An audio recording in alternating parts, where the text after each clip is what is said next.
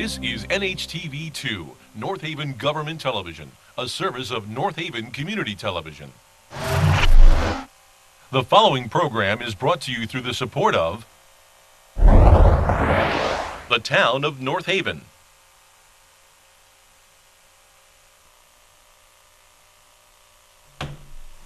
I call this meeting to order. It is 7 p.m. and this is the Planning and Zoning Commission meeting for October 1, 2018. My name is Vern Carlson. I am the chairman of this commission.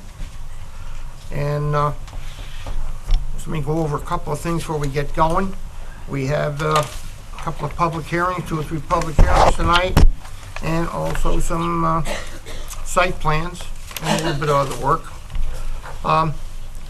The way it works is the applicant will present it to the commission will ask us questions, and on the public hearing where the public is in, then we'll go back to the public and see what they have to say in respect to it.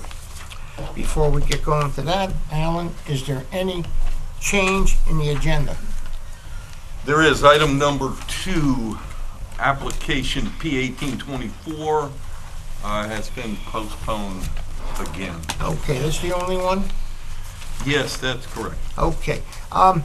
Before we get going, tonight is kind of a special night here. We have Andy Bevilacqua here, and he is taking Jonathan Bodwell, who has been our town engineer for some years. He's going to be taking over with the retiring of Jonathan. Andy, if you'd want to speak up a little bit and explain a little bit of your background. Yes, thank you, Mr. Chairman. Andy Bevilacqua, about 31 years experience in the private sector as a consulting engineer. Have focused most of my career on doing municipal projects for municipalities throughout the state. I did do this job on an interim basis for about 1.5 years, about 10 years ago, before Jonathan took the position, working as a consulting engineer, but essentially doing the job of the town engineer.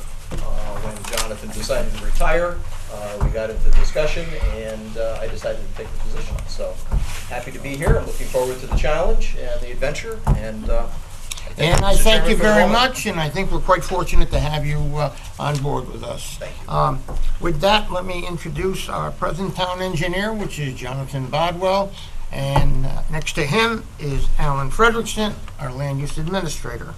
Over to my extreme left is Mary Lee Radjuski, is our court reporter, and next to her is Pam Miller, our staff secretary. Ed Helmer, alternate. Teresa Ranciato Vili, regular member. Ron Penton, Vice Chair. Richard Wilson, Secretary. Lloyd Earl, the alternate. Okay, with that, we have Jim Giletti he's going to be absent tonight, so we're going to have someone sit in for him. Who would that be? I think it makes sense to have Ed continue to sit. He sat last month relative to Yeah. 404 Washington, Well, it'd be good to have him right back on. as well as 217 Kings Highway that you'd be deliberating on. Yes. Well, he started sitting on, it'll be tidier relative to 15 Cottontail also. Okay, very good. Ed, you'll be sitting. Pam, you'll have that. All right, very well.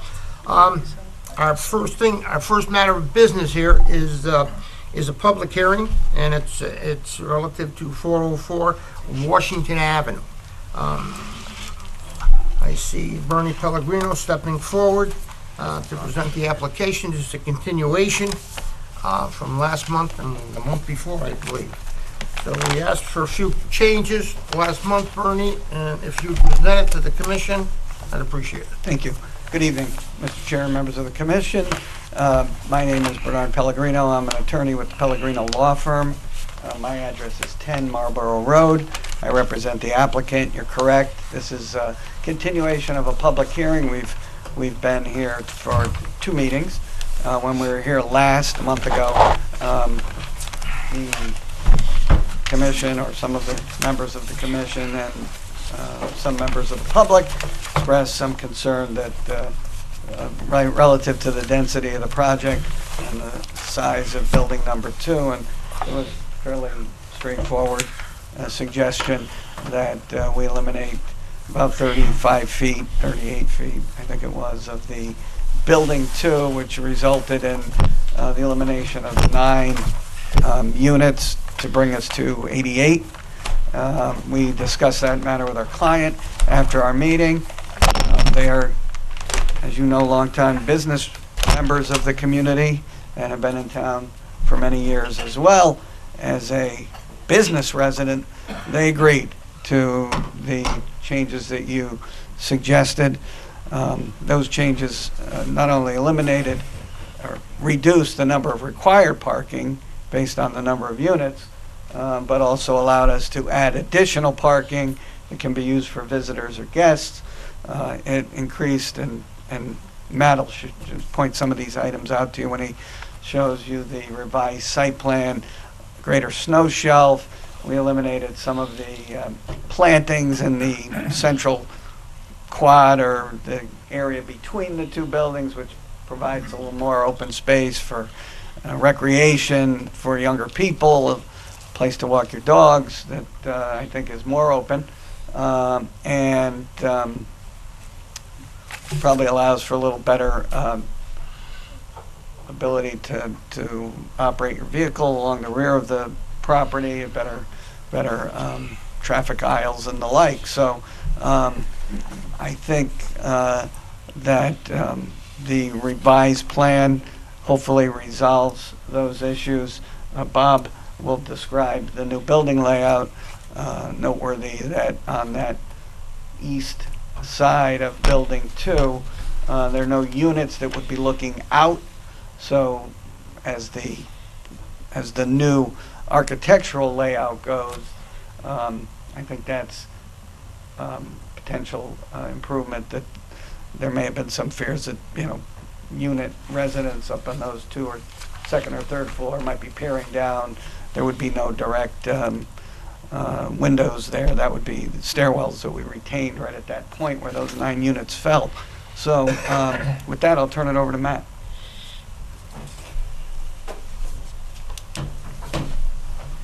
My name is Matthew Niski. I'm from Giuliano Associates. I'm the Niski, N-I-S-K-I.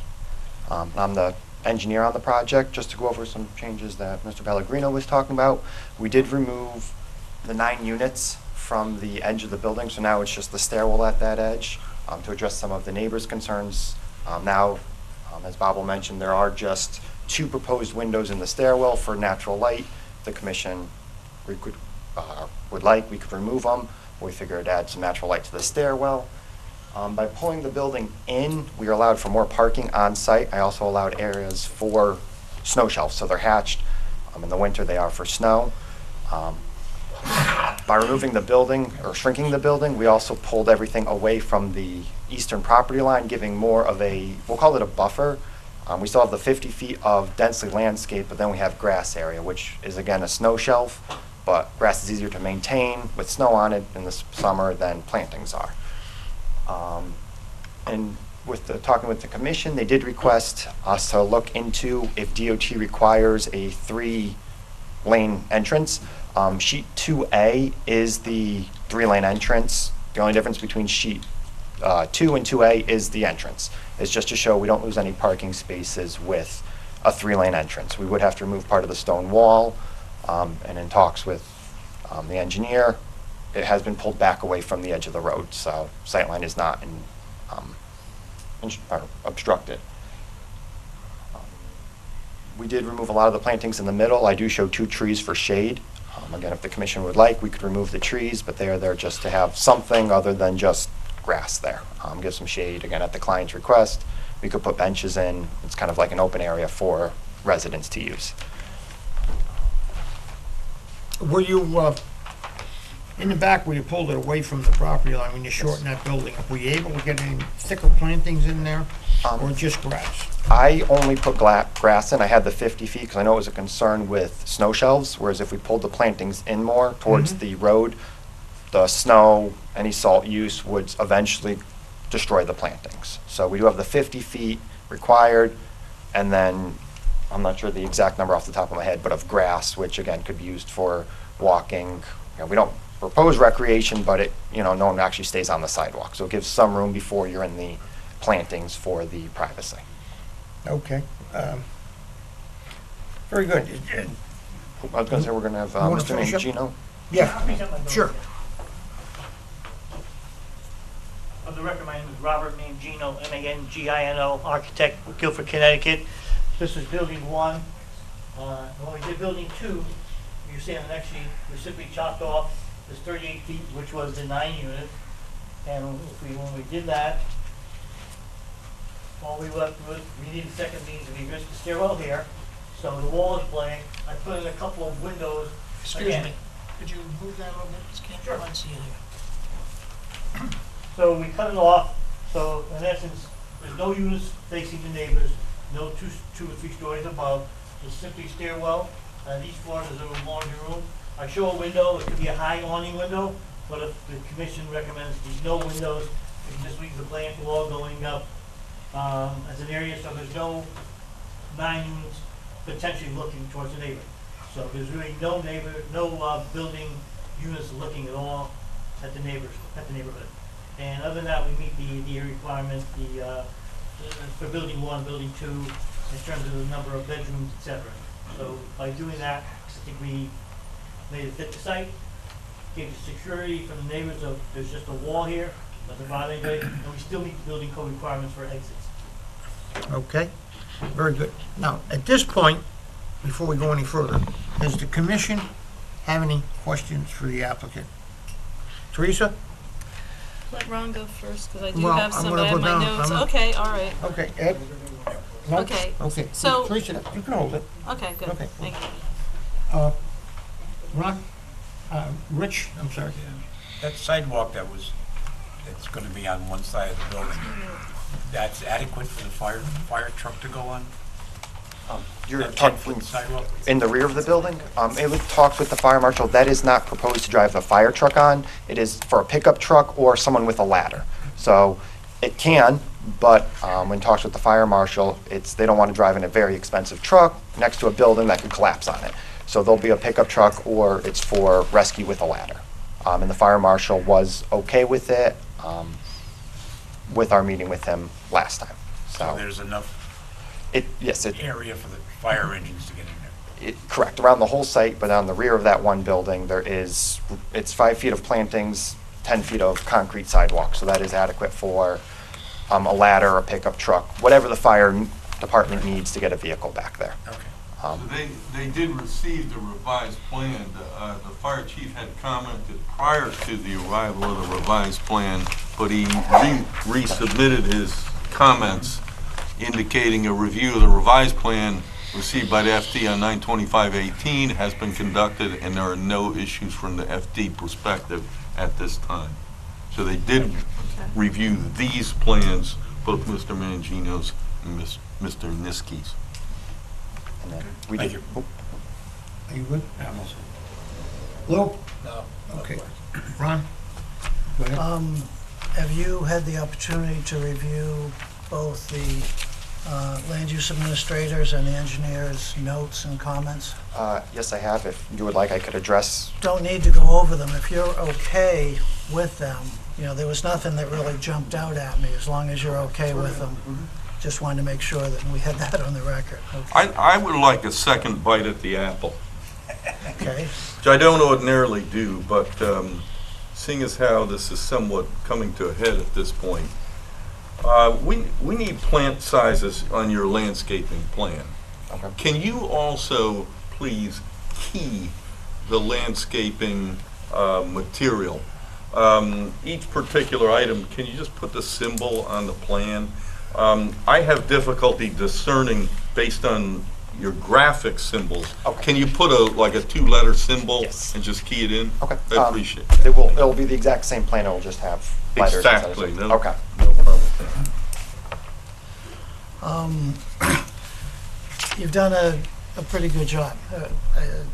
All we had certainly asked for, and it's appreciated. And just to make sure the public's aware, the building is now 140 feet from the back property line, which, considering the geometry, I think that's pretty good. And with the fact that it's just the stairs, and I do appreciate your idea for just the awning windows, I mean, I think for safety, it makes safe to have the natural light in the windows, but if you can keep them high so that nobody can look out, then the neighbors won't have any concern about that.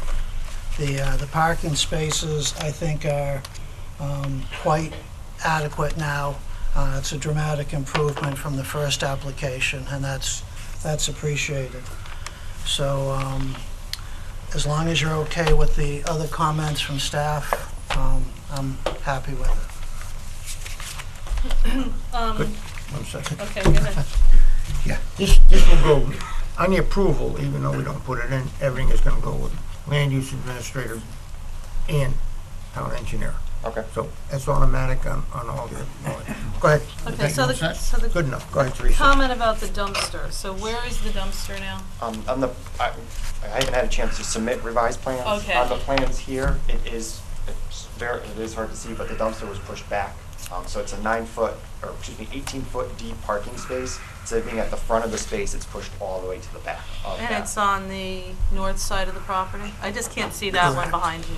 It's right here, too. It is. Okay, all right, It's like this That is is pushed back. revised, where it's just pushed to the back of the parking space. okay. And that center piece that you decided to grass now, what is that, about 1,500 square feet? I was trying to figure out how big that grassy area was going to be. It's 30 feet wide. Yeah, that's what it About looked how like. deep is the building?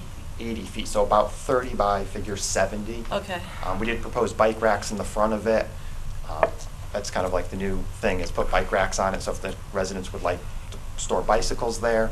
So we did extend the sidewalk into it enough where Okay. a bicycle could park and not block the sidewalk. okay, thanks. Okay, good enough, good enough.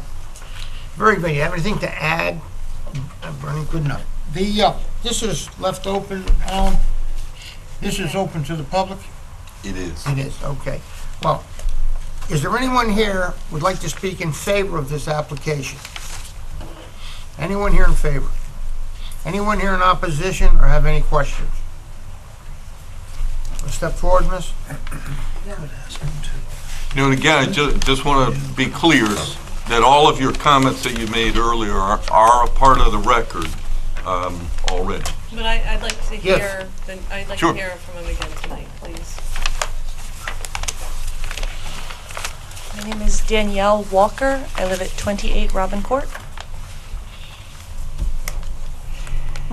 I actually just had a question. You had mentioned at one of the previous meetings that if we had any photographs supporting our point about lack of upkeep, that we should bring them. Unfortunately, I stopped by FedEx Kinko's on the way here, and there were two people in front of me. It was either make the meeting on time or be late.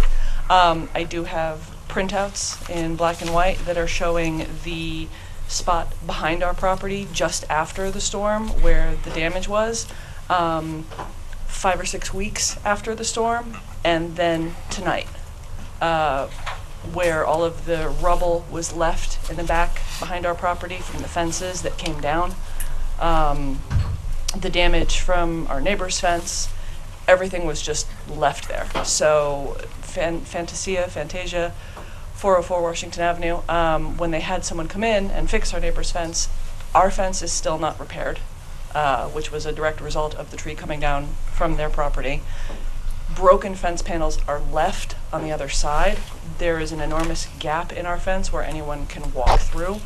So it just goes towards my concerns that while they are saying there is going to be a 50-foot heavily planted buffer, it's going to be smaller trees to start out. It's going to take time for them to grow. If they die, like the ones that are currently there have done, what assurances do we have that the owner is actually going to maintain that buffer? Okay. We'll have them answer all your questions. for you. Is it possible for me to bring the pictures this evening? They don't close until 9, or drop them off at the Planning and Zoning Commission tomorrow morning first thing? No. You can drop them off anytime you like, but tonight we're going to Is close. they're doing the deliberation? Tonight we're closing the public hearing. So It's bef- over. Before she sits, can I just ask, Alan a question. So some of those items, like the, I don't know if it's the upkeep or if it's the down trees that are supposed to be there from the original site plan, are we talking about someone being out of compliance now, or how does? Yes, I think there was an issue that surfaced, I'm going to say as much as a year ago, again, regarding the storm that had come through. Some of the trees were down. There were some trees that had, I believe, legitimately died in the center of that required buffer. And it looked to me that there was some replanting or augmentation that should occur. The buffer wasn't obliterated in that particular area. But it seemed to me there were some things that would need to be done. That might be an enforcement issue. Some, yeah. If I may support, there were two very large mature trees that we were told were dying. I hadn't noticed them. I'm very into plants, so I pay attention. But if the trees were dying and needed to be taken down for fear of them coming down into 404's parking lot and potentially causing damage to people or automobiles, that's totally understandable. When we voiced our concern to the owner that that was going to open a large gap behind our fence directly into their parking lot and light pollution, noise pollution, etc., he assured us that, oh, I'll take care of it, I'll take care of it. We're going to replant some big trees so that your privacy will be back to where it was. Nothing's happened with those plantings. There is a very large light for the parking lot for safety, which is totally understandable. We were told the lights were no longer going to be a problem. It's still there. My mother goes out every night to walk her dog, and the light's shining directly into her backyard. Well, just let me add to that. Yes, They will absolutely. comment to all your questions there. But as far as what was there now and what's going to be there is totally different. There's going to be new lighting, new planting, the fence is going to be fixed, and I believe it's going to be all taken care of, but they're going to answer to that.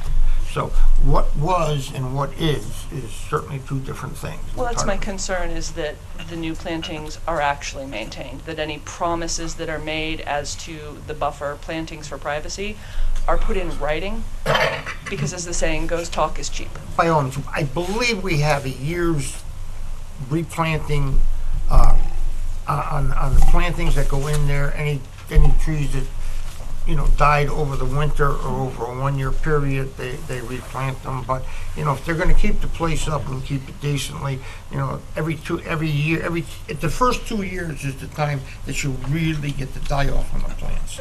So we'll ask them for something like that. Well, Some there sort were, of I have a note, I'm sorry, that there was an offer to bond for the buffer that was from the applicant. Once a bond is released for the development of a project, it would have to be just a pure and simple enforcement issue. All required plantings need to be maintained in perpetuity. So that's an issue, and it's an enforcement issue.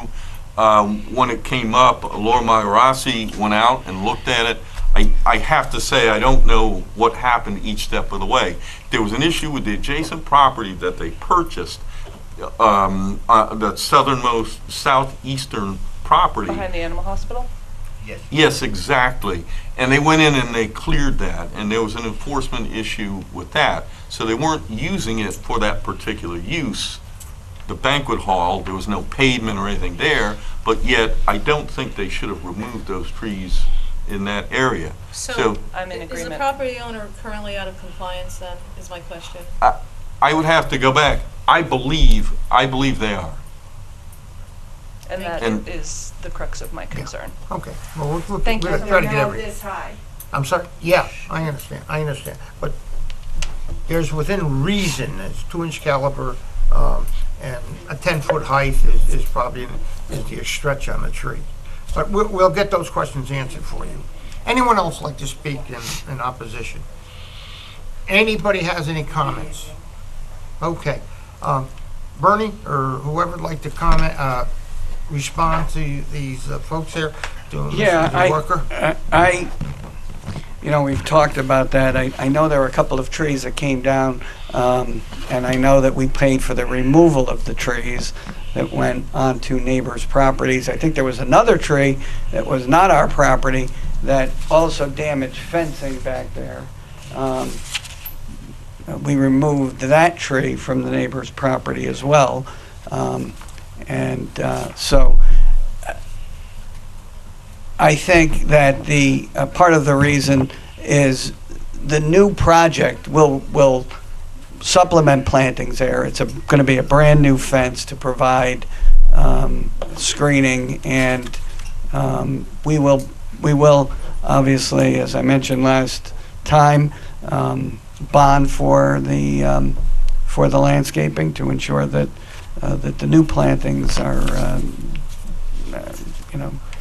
survive. Okay. I do not believe that I am aware of any complaint of non-compliance relative to the buffer area in the rear of the neighbor's project. So I don't believe we are out of compliance, but certainly the new project will provide new screening, supplementing where trees went down, and as well as a new fence in the back. Okay. Okay, now. It does, 1 second, Teresa. Does that answer your question, that they're gonna put all new plantings in there, put a new fence in there? Arborvitaes, or whatever they're called, they're very small. Wait, you can't, You gotta come up to the front, miss. microphone. Once you get up there, you can talk all night if you like. Kathy Federico, Kathleen Federico, 28 Robin Court. I don't know if Timmy is here. Timmy DeBase wanted to come as well tonight. He's a landscaper. He said it'll take 30 years for those plants to grow. But that's not my issue. The tree that came down that the attorney is talking about, there's a ball about this big of that tree that was in the 50-foot buffer. When it came down between my house and my neighbor's house. It was almost to our pool wall.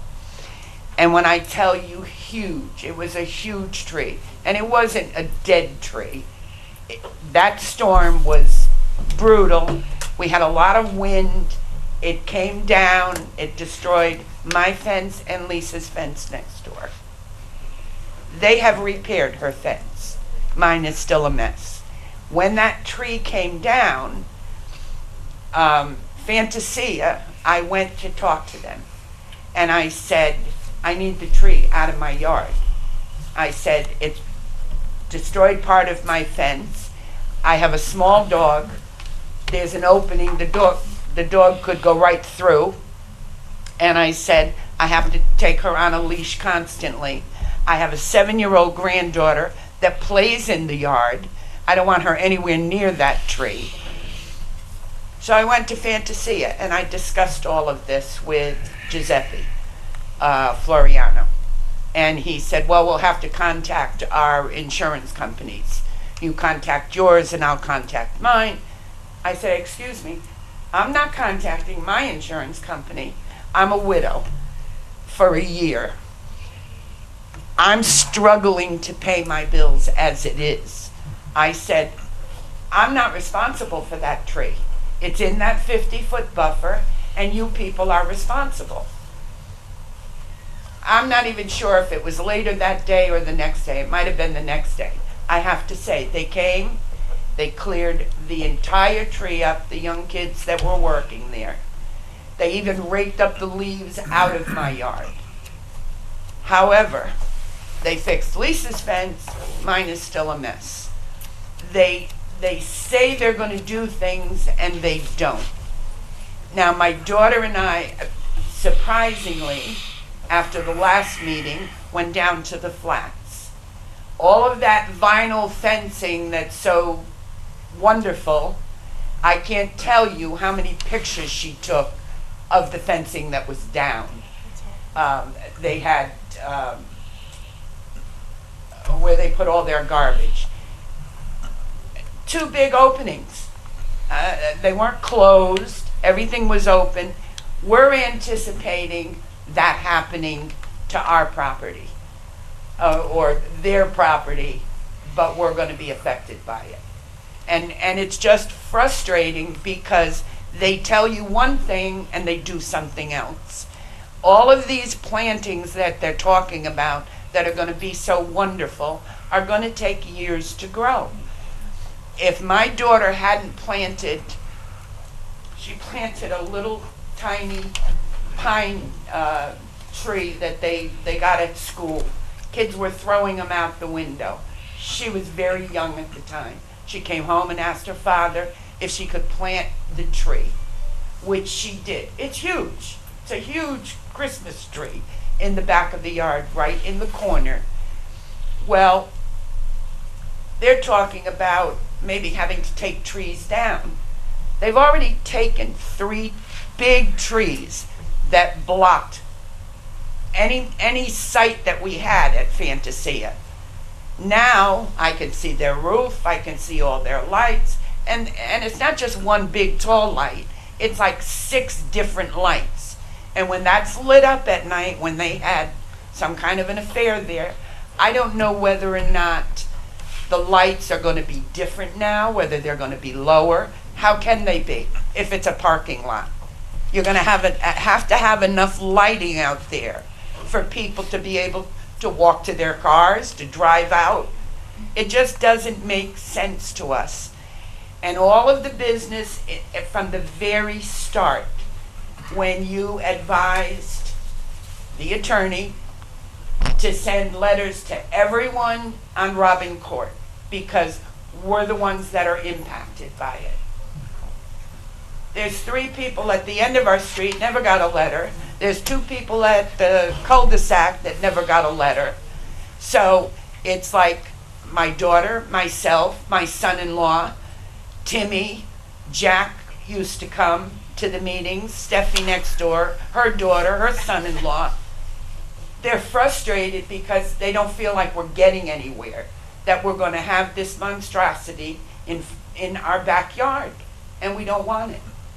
And that's all I have to say. Okay, thank you very much. That's going to be a hard one for you to deal with, but by all means, Bernie. I think we've got a lot of work. I think we've gone a long way since the initial plan. I think we've gone above and beyond and provided notifications. We've had 2 meetings with the neighbors. We've shrunk the project considerably. We moved that building, which, as you may recall, originally was the entire side facing that building.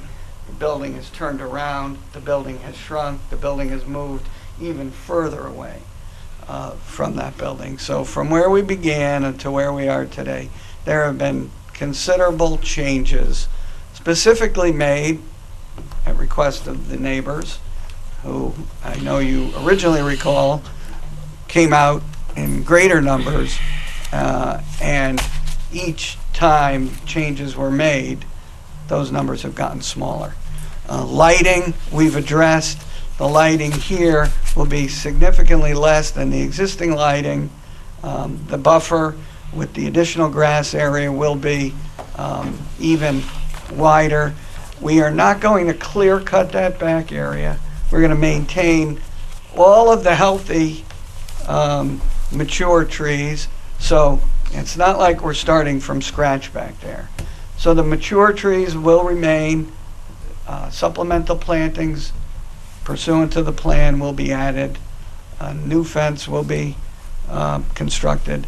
So I think we've gone to considerable lengths to address these issues. Okay. I have a question. Yep. Trees don't catch you.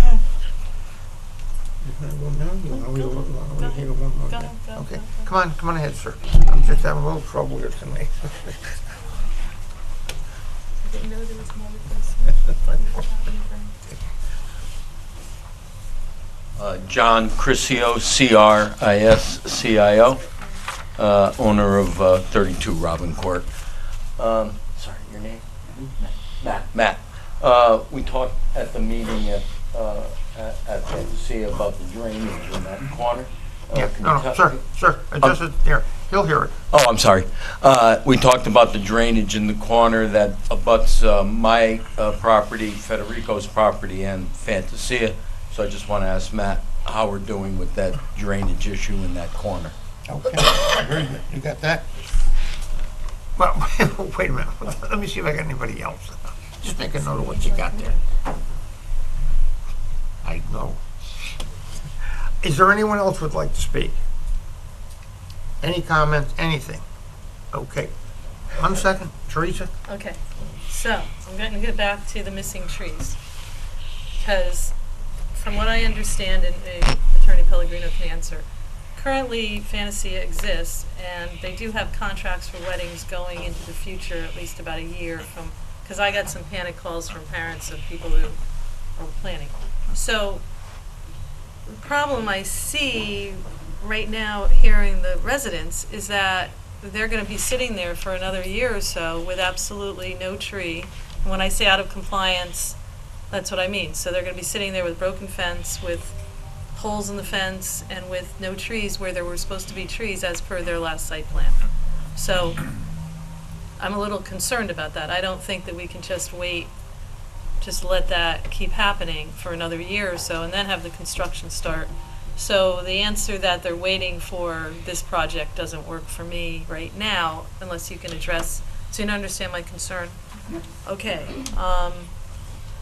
And the question is also, and maybe you guys can consider this, is if this were to be approved, you know, putting larger trees where those were missing now. So instead of just thinking we can go uniform where there were big trees and the storm destroyed them, instead of just putting smaller arborvitaes, because I agree with that, you know, maybe you have to make up for something that's missing now. So I do feel that it's out of compliance, and I don't know how you want to address that. Well, I'm not exactly sure what the area is, but certainly we are willing to go in now and replant some trees there and replace any holes in the fence, our fence, their fence, I don't really care. We'll fix it and we'll put some trees in, which I'm sure we can work around when the time comes to actually do the remainder of the landscaping in there. And I certainly can have Matt and the landscape architect look at those particular spots. I'm just not aware of, you know, if it was a 30-foot oak tree. I don't have anything that I can whip out that's going to come close to that. But, you know, we'll do something to get that Okay. And one area more- repaired. Well, I have you here, and this is something that I was going to address. I did go by the flats as well, actually, last month, and the vinyl fence does not hold up. So I don't know if, again, I'm just saying that, is there another type of fencing we can consider, because the vinyl fence is not holding up on that other project, and since you guys compared yourself to the last project, the other project, we need to talk about that, I think. Yeah. I'll let Matt to discuss the drainage. Yes, I'm good, Okay. thank you. I have 3 notes to make, and I will try to address them one at a time. In terms of the light pollution, the plan was designed with no trees there to show that there will be no light pollution, even if there was no buffer. Obviously, with a buffer, there'll be less light pollution, so that was taken into account with the intensity of the lights. So we did try to address the lights as if there was no buffer. With the buffer, they will be even more reduced. In terms of the drainage in the back, the drainage system I sized actually reduces the flow leaving the site by a large amount, just because of how things worked with it. I did go actually measure the tops of frames on Robin Court, so if water were to back up for whatever reason, it would leave our site before any water would bubble out of Robin Court. So it's kind of like a little ditch there. If we are approved, we are going to try and talk with the neighbors about getting an easement to actually collect the water right there, drain it off-site, so there will be no open drainage in the rear of the site. In terms of the vinyl fence, Giuliano Associates has a vinyl fence. We consistently push snow up against it. We actually did a survey of property right next to 520 right after a storm, and what a lot of the damage was from trees. large trees with branches that came down. An arborvitae doesn't have branches. I mean, if it comes down, it'll take out the fence, but most of the damage to 520 was a result of tree limbs. Again, we're looking for property corners, and there we see a tree right through the fence. So a vinyl fence is one of the more durable privacy fences out there. There are wooden fences, but they're not as long-lasting. They will eventually erode, it's wood, versus vinyl, it's plastic. Will stay there forever as long as another branch doesn't come down on it. Okay. Are you willing to work with those neighbors there to get this straightened out, to satisfy them as best you can? Are you talking with the landscaping, drainage, just for the records? I mean now, not, Oh, right now? yeah, Yes. we'd like to get them taken care of now. Is that satisfactory for you? I have one issue. Step up. When that tree came down, that huge tree between our two properties, that big ball of tree is against the back of Jack's fence now. Okay. They never removed it. All right. That should be gone, Okay. and my fence should be fixed. I think they'll take care of that. Oh, are you satisfied with that? If they do it, yeah. Okay. Good enough. Thank you. That's it. Anything else to add? Anything from the commission? I think I'm done. Anything from staff? Alan? No, I have some issues with vinyl fencing as well, where I think that when we have failures on the vinyl fence, they seem to stay longer. It seems to be harder to repair. They've got to take it down and put up new. With a wood fence, it doesn't seem to stay down as long. If there's a section that needs to be propped up, I don't know, I guess what I'm saying is it's repairable. And as a result, you don't tend to see it down for that much time. They may come in and put another segment in. Matt's right. The wood fences need maintenance. They need to be painted, finished, or what have you. In the end, I think, a lot of people love the vinyl fence because it looks so good for a few years. Right. But it's your choice, whatever you want to do. Well, the Six the one, wood half fence, dozen of the other.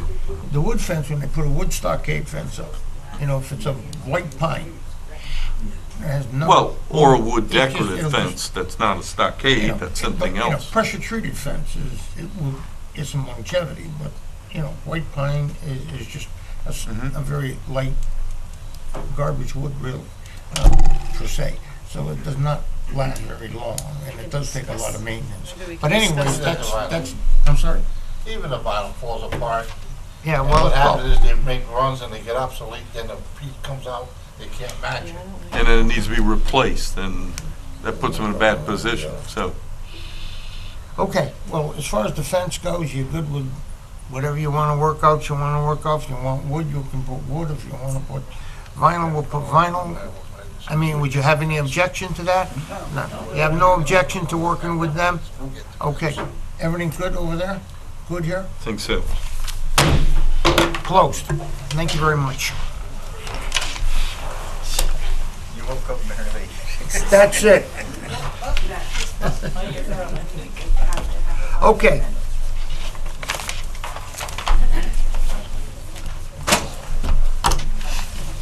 Tim Lee, P 1830.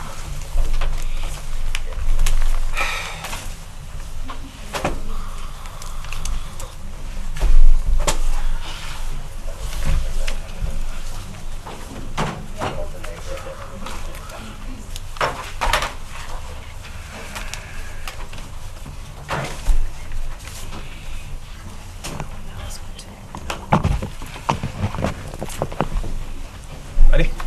Hello, Tim. Good evening. For the record, my name is Timothy Lee. I'm actually the applicant tonight, but I'm really here on behalf of Bigliotti Construction, and they're seeking a further... Excuse me.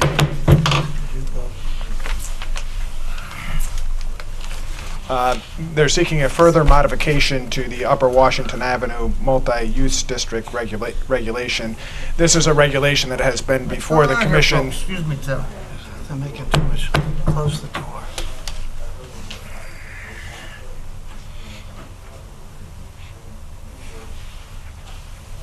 Okay, try again. I'm sorry. It's a regulation that has been before the commission a number of times over the last 5 some odd years, and including twice myself where we came in to modify the text to the regulation in order to facilitate a development at the site of 441 and 447 Washington Avenue, which is close to the entry of where the Amazon is going to go. The commission was kind enough to modify the regulation several months ago. We then went to the design professionals, the architect and engineer.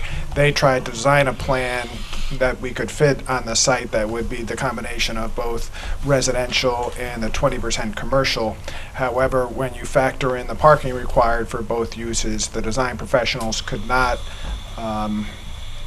design a plan that would conform with the regulation. So we are back tonight seeking a modification of the regulation. The regulation, in brief, when it was here before, allowed for up to 150 residential dwelling units, but also required 20% of the floor area to be dedicated to commercial use. That commercial use was to occur on the first floor of any buildings. When the design professionals went and designed the plan, it turns out they could not get enough parking for those uses. So what their proposal would be, and hopefully you'll see this next month if we come in for a special permit, would be to have commercial in a building fronting Washington Avenue in the first floor, and then have a rear building that would be solely commercial, and there would be parking on the first level of that building, and not commercial and not residential. So we have submitted a text change regulation which would allow us to come back with a special permit application to for that particular project. I certainly understand it's not the what the commission envisioned when they initially enacted the regulation 5 years ago. I think you probably thought you were going to get more commercial out of the development than what it looks like we're going to be able to get. But there are still valid reasons to grant this amendment to the text change. My client's done a lot of due diligence on these particular properties. The properties are riddled with environmental contamination. My client is going to spend between $400,000 to $500,000 to remediate the 2 properties. So if this project were to go forward, we are spending significant sums to environmentally remediate the property. For those of you who have driven by the property, and you may have over the course of the last 2 years, the property currently consists of 2 fairly dilapidated buildings, certainly not the kind of building that you want as the entranceway to where Amazon is going to be. My client is going to propose taking down those buildings and constructing 2 new buildings. So not only do we get an improve a blighted situation, we get new buildings, which will ultimately increase the tax rolls. Another benefit is my client is an experienced real estate developer. They do have a number of projects in North Haven. By allowing the multifamily development at this particular location, it does have the added benefit of being close to Quinnipiac University, the graduate schools, the law schools, the medical schools.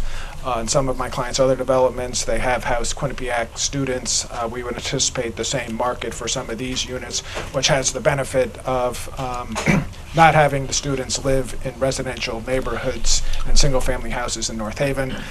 For the last 20 some odd years, I've been a town attorney in Hamden. I've lived with Quinnipiac University having students in residential houses. I can tell you the town of Hamden would much prefer a development like this close to the university than having students live in the residential houses, single-family houses. So I think for all those reasons, ultimately the project has a lot of merit. We would ask that you approve the text change. If you do so, it would be our anticipation to submit a special permit application this week and hopefully be before you at the November meeting presenting the application.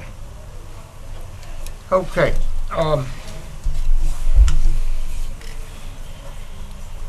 Teresa, why don't you start here? So did you use more than one design professional?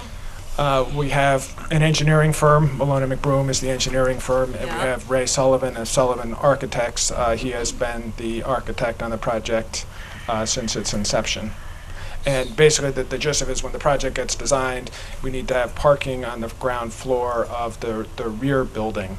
And that's really, so that would eliminate the commercial.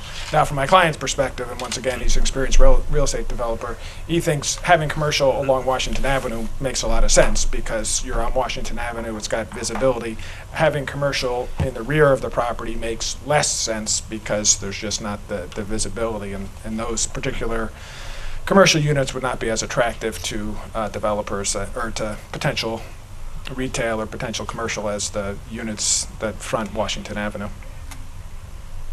So, So, go ahead. No, Go ahead, go ahead, go No, ahead. you go ahead. well, so if it isn't on Washington Avenue, it's not desirable. Well, we're talking about commercial and retail space. So obviously, Clarify that. Yeah, the retail space and commercial space on Washington Avenue is much more attractive to prospective tenants because you have the visibility along Washington Avenue. If you're going to put commercial retail in the rear of the property, it doesn't have the same visibility. It's not as Of course not. attractive. It doesn't have the same But ability.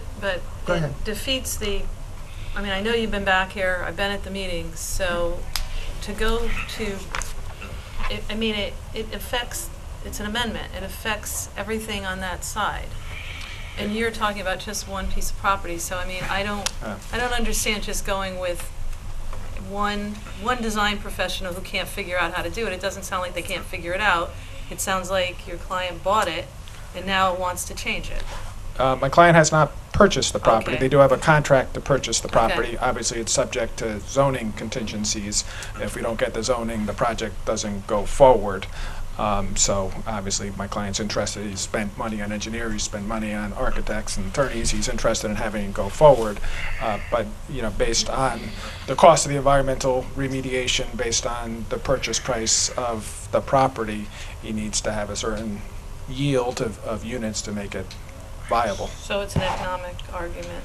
I think it's an economic, yes, I think from my client's perspective, it's a dollars and cents argument. He's got to pay he's got to buy the property, he's got to spend several $100,000, about $400,000 to remediate the property, and then he's got to spend money to develop the property, and obviously he wants to get a return on his investment. From the town's perspective, I also think it's a benefit because the town is going to clean up a blighted property, they're going to clean up environmentally contaminated property, and they're going to get property put back on the tax rolls that, quite frankly, is really not generating a lot of tax revenue. But we're going right to get now. an amendment that affects, it cuts by 10%. It- What it- we intended, and that's what we approved, so, all right, I'm going to be quiet now. Cuts The by rest- 50%. Right. Yeah. 50%. Yeah, it does, yes, that's correct. Teresa, finish that. No, I'm No, done. I'm done. You're done? Okay, I'm gonna go right to Ron. Joan, you'll get your shot. I have the same concerns that Teresa has, because we can't do spot zoning, and this would relax the regulations for any other site. Perhaps by bad timing, you come right after an application that couldn't fit everything on the site because there was too much. Couldn't you make this thing fit by just reducing the number of apartments? Yes. Theoretically, we could. There's no question about it. We could put, but then it doesn't make economic sense to proceed with the project, and then you end up with a blighted property with environmental contamination that's not going to get cleaned up. I mean, my understanding is the owners of the property have been trying to sell the property for about 10 years or so now, and this is really the first person that's come by and who's been willing to invest this kind of money into the property. You've hit on the exact crux of the issue. So, and answer your question, Teresa, no, I don't think it fits. If you presuppose that you're going to have 150 units, just from what Jonathan and I have done, we met with them, and no, I don't see how it would work if you're trying to get 150 units on the property, if that's what they need, to make it work economically. Well, that's the whole thing. On this particular property. Right, but is that it, Timothy, that, Need, okay. right, it's need. You need 150 on the apartments.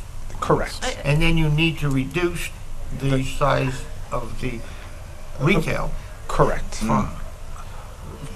I mean, to rough numbers, the development we would propose would be about 100, in rough numbers, about 180,000 square feet. So if you took 20% of that, it'd be 36% of commercial. And what we're seeking to do ultimately is to have a development that's 180,000 square feet, 18,000 square feet of which would be commercial. Just to address the concern about spot zoning, this is an overlay zone on portions of property on Washington Avenue from basically the highway overpass out to Wallingford. The regulation as it was drafted, and we didn't draft it, it was on the books when my client showed interest in the property, limits the development in the overlay zone to 150 units. So if my client were to get the zone change, come in next month, submit the special permit application, and the commission approved the application, by its terms, nobody else could come in and submit an application under this district. That's just the way the regulation is on the books right now. So it's not a question of spot zoning. It could be applicable, the use could be applicable to anywhere on Washington Avenue from the highway overpass to the Wallingford line. But if we get in first, so to speak, and we and we fulfill the terms of the development, nobody else can use the regulation. One second, Tim. See, Rich, you got any thoughts on this? Well, just in the reconfiguring the building, you're ripping down 2 buildings and building a new one? Correct. We're going to build 2 new buildings. I do have the architect here.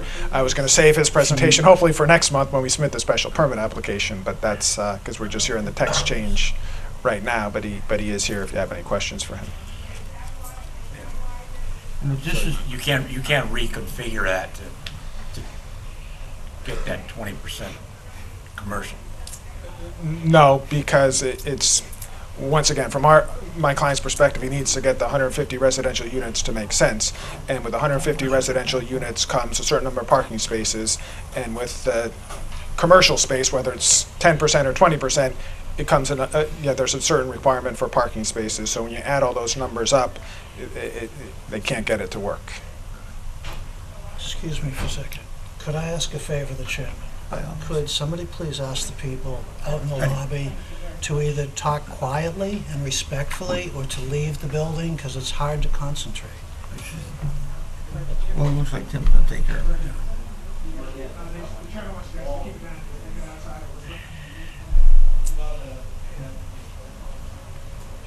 Okay, let me finish up with these guys first.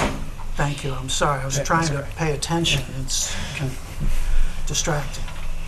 Okay, what, you got anything else? That's it. Okay. Lou, I'm not crazy about it, as it is. you're not crazy about it?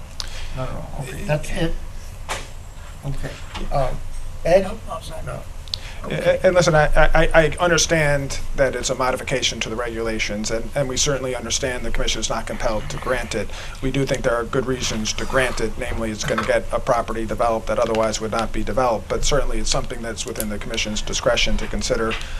Once again, from my perspective, I think there are valid reasons to approve the text change, but ultimately that's going to be the decision of the commission.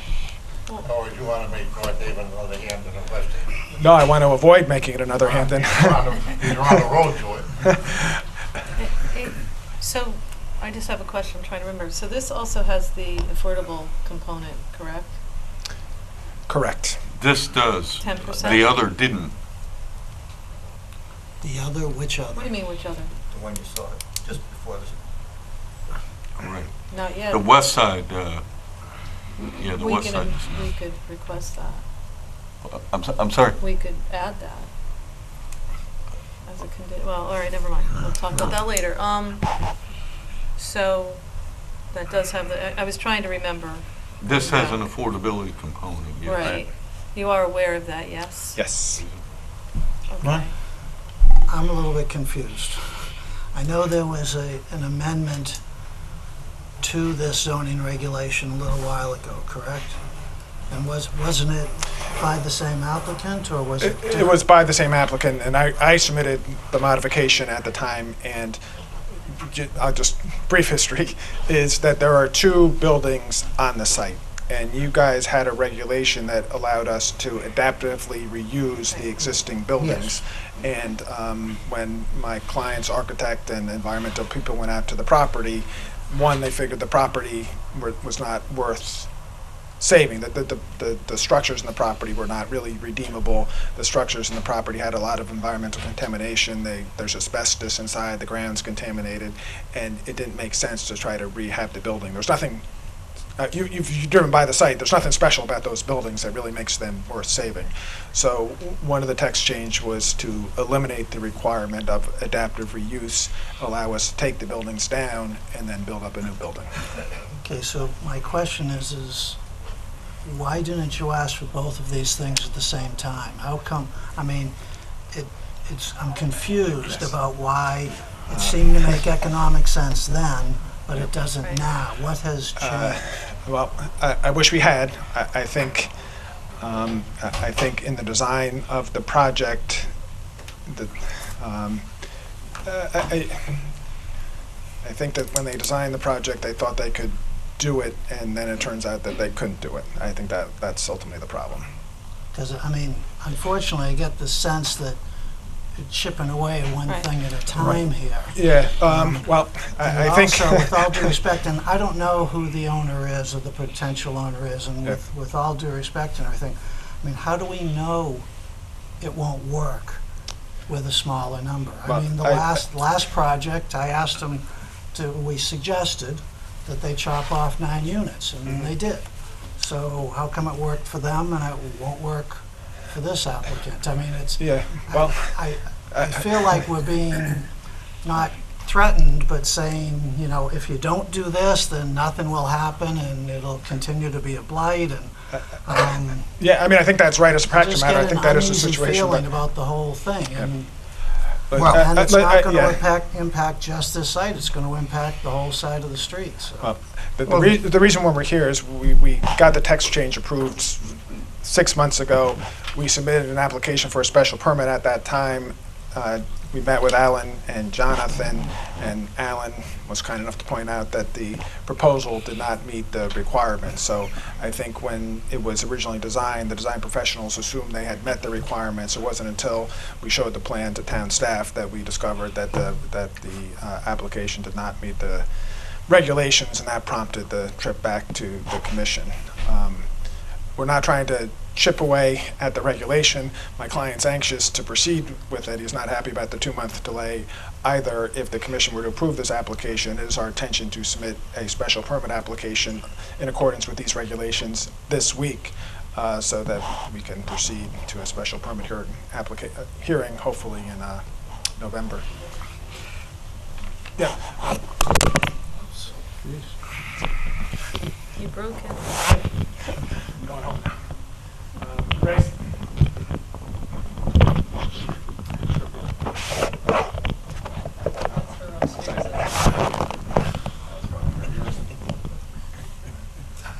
Tim, let me ask you a question here before you go any further. Are you suggesting that, you know, if we can't get this down to the 10%, really what you're asking for, that it's going to go away? Yes, my client would not proceed with the purchase of the property under those conditions. So then what the present owner would then put the property back on the market? Yeah, there's actually 2 separate owners, but yeah, they would, there's 2 we have a contract to purchase 2 properties within the zone, 441 and 447. Yes. So in the event that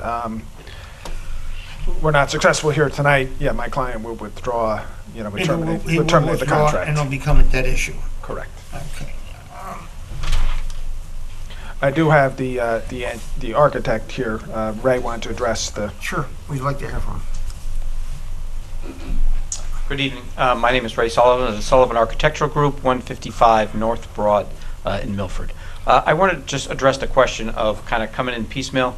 Under the regulations, you know, we're in a commercial area. The emphasis was on there's no ground floor residential. And you could use commercial uses. In the commercial zone, parking is a commercial use. Quite often these podium buildings, have parking underneath it. So we thought we were fully meeting the regulations. So I think it was clarified later that it was really maybe like public parking might be a use, but not your own private parking. So it wasn't our intent to come in piecemeal. If you look at the regulations, parking is a commercial use. Parking was predominantly or is in the rear building that doesn't have frontage. It's behind the auto parts store. So I just want to clarify that it wasn't intended to be piecemeal. We thought we had the use, and then it was clarified. The parking issue was clarified. So can I ask Alan to explain that to me a little Yeah. more? So parking, Sure. We sat down as Attorney Lee had described, and we looked at the schematic plans, and they did show parking on the ground level In the for back building? 441, for the back building, so to speak. So as we looked at the letter of the regulation, the parking's for the residential use. That makes it a residential use. So at that point, as Ray described, if you had a commercial parking lot, I suppose that might qualify. But I think what the commission, the intent of the reg and the written, the word of the reg is to have a commercial use on 20% of that development. so if they were to, say, take that back parking lot and designate a percentage of it for the commercial use for the people who worked in the retail, would that suffice for, I'm just asking the question, I mean, would that? You're not then going to get become anywhere. partly They can make commercial? 10%, Okay, not I'm just 20. asking, So they're, okay. and that's, either depending on whether you're going up or down, it's a 50% or 100% Okay. difference. Okay. So it said, and the engineers took it back, and we're going to take a look at it. And then Attorney Lee called and said, they can't make it work like that, but they gave it a try. Again, I don't think it's particularly close. If you need a little bit, the parking for the all of the apartments is substantial, and the parking for the commercial component I don't think is nearly as high. But in a general sense, again, the parking for the commercial is probably going to be the parking that is right out in front of that building on Route 5. Well, let me ask a related question, and it might be premature because this is a zoning reg and not a site plan, but, we've just had 2 of these that used parking regs that at least some in the commission have found to be inadequate. I'm guessing that the math and the design that has been employed uses those same parking calculations, so it's conceivable that even if we granted them this zoning change, they're going to come in with parking that we're not happy with. Is that a potential? That's a potential problem. I can't say because we haven't really, we didn't get past that one particular problem. We never looked at it. We didn't hold on to the drawings. We didn't review it on that level. But it sounds You like... use the word potential. Yeah, I suppose, sure. And I didn't look at the numbers. If you look at the last development, they ended up around 145 spaces or so final, and 13 of them were for the commercial use. Now, that's a larger, that's a much smaller number. It's 3,250 square feet of commercial. This would be 18,000 roughly. But still, you're not looking at as high a percentage of those spaces for the commercial use. I don't know, in terms of looking at the whole plan, how ready the site is to receive 150 units. I'm not sure. I think you know, they've got a good team, they have an experienced architect, got an experienced bunch of engineers in Mylone and McBroom. If they can make it fit, I think they would, if it's possible. I can't give you any assurances on that. No, of course you can't. Well, the thing of it is, Alan, that we've got someone here that's gonna take an eyesore off of Washington Avenue. We've bent over the years for this particular person, or persons, many times, and given them every kind of opportunity to make that property work. This is the closest we've come to actually putting something together for it. However, I don't want to get something that we're not going to have enough parking for what we have from apartments, or too many apartments for not enough parking, being the same thing, or vice versa. We're giving up what I thought in the beginning, when we first changed this, was the commercial on the first floor everywhere to only in the front building was most desirable. So I'd like to see it work so we can clean that place up. On the other hand, we're bringing a lot of points forward here, so we gotta see where we can go with this thing. Well, I have another question. Yes, by all means. If this were to possibly be approved, and then the site plan's not approved, we have now an amendment Yep. that we have to live with. Yep. So, We can be stuck either way. What do you Well, think, Rich? This is a complicated process here, so.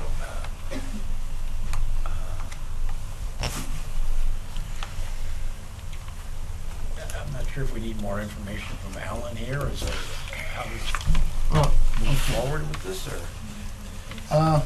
Lou, do you have any thoughts on this, other than what you said before? or-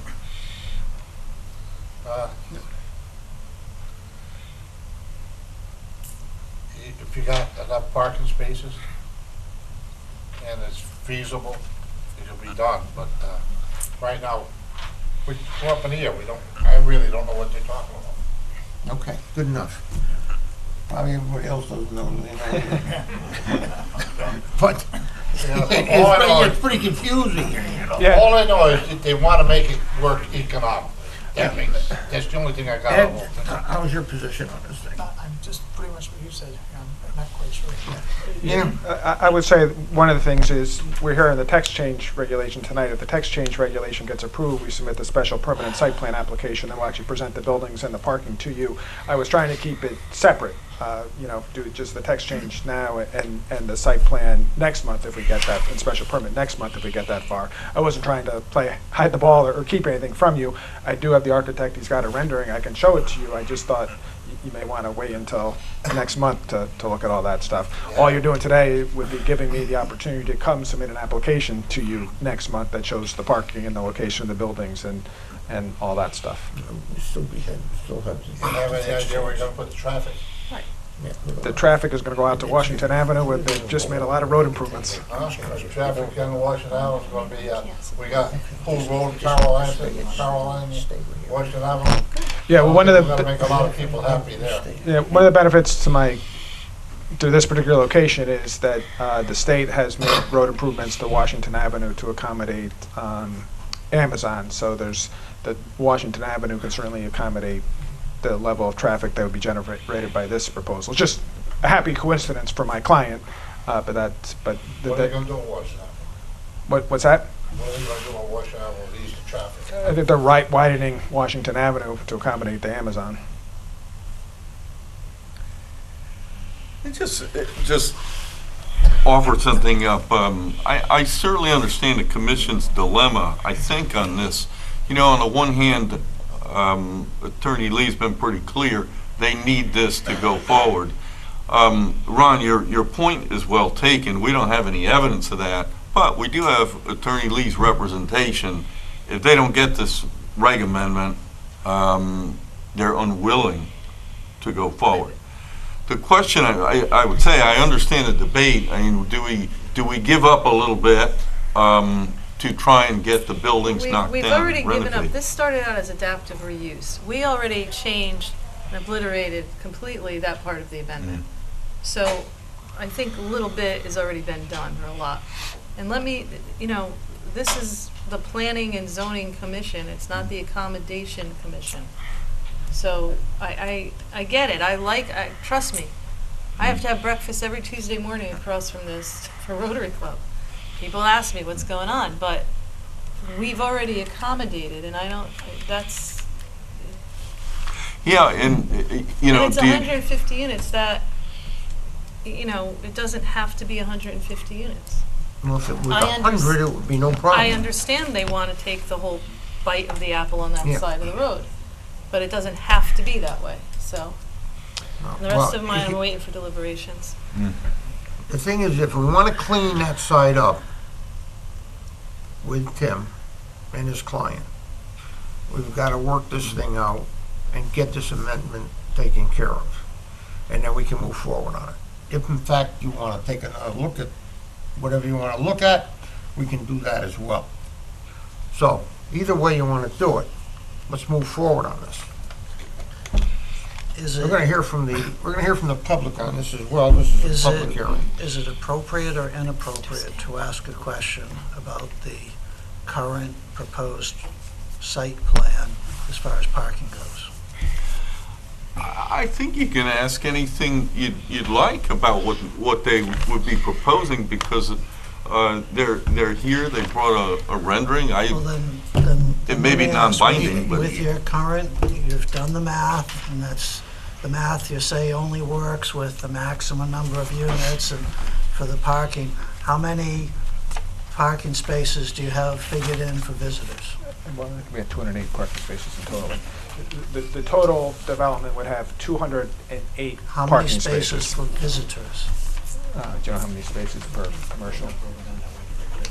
Yeah. I guess we don't have that answer. It's not broken down like that in the regulation Because my itself. concern is the same as Teresa's.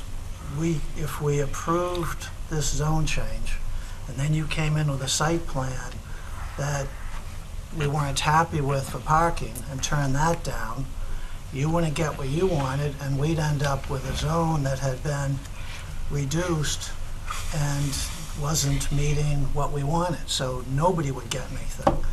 Yeah. So, Well, I guess from our perspective, we're willing to take the chance that we think we could submit a proposal that you would find Well, approvable. Tim- But obviously, I understand your point, that if we can't, then you've amended the regulation and you don't get the carrot, you don't get the improved Right. development. And let me just say, I don't know if I want to get too far into this, but it's 150 units, assuming some of these are 2 bedrooms, Correct. 208 spaces.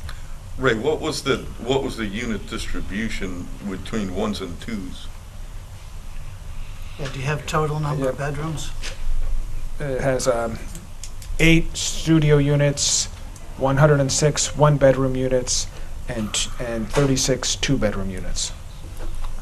I'm not that fast with my math. How Yep. many bedrooms?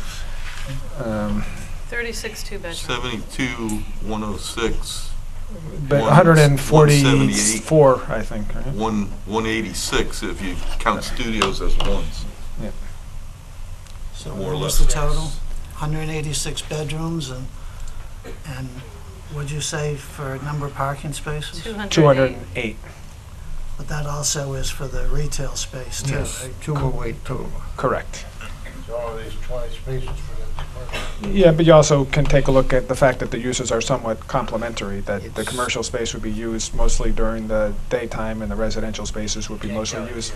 You can't guarantee it, but the regulations envision kind of I mean, we're getting ahead of ourselves, Yeah, but sure. that's, We talked about, Tricia and I talked about this earlier this evening, about just what Ron brought up right now. If in fact it doesn't work for you and we go forth with this now, we wind up with something we don't want, Yep. and you wind up with something you're gonna walk away from, but we Yeah. can't walk away from this. Right. So, Yeah, we don't wanna hurt the town, and we don't wanna hurt you. We want you to come in, but we wanna Let be me- sure everything's working. Let me ask a question. Sure. I'm not proposing this, but legally, if we were to approve this reducing it from 20% to 10%. And then their program didn't work for whatever reason.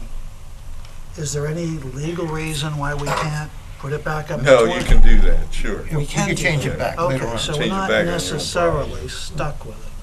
Well, we are stuck with it for the moment. For a short term until you would If we amend can get over it. this hump, it'd be good.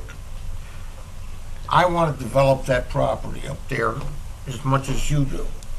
And you want to develop as much as I do. Because I know you'll get tired of the Rotary Club asking you what's going on over there, that you're not doing your job, getting this thing That taken is care true. of. So, if we can figure this out, let's do it.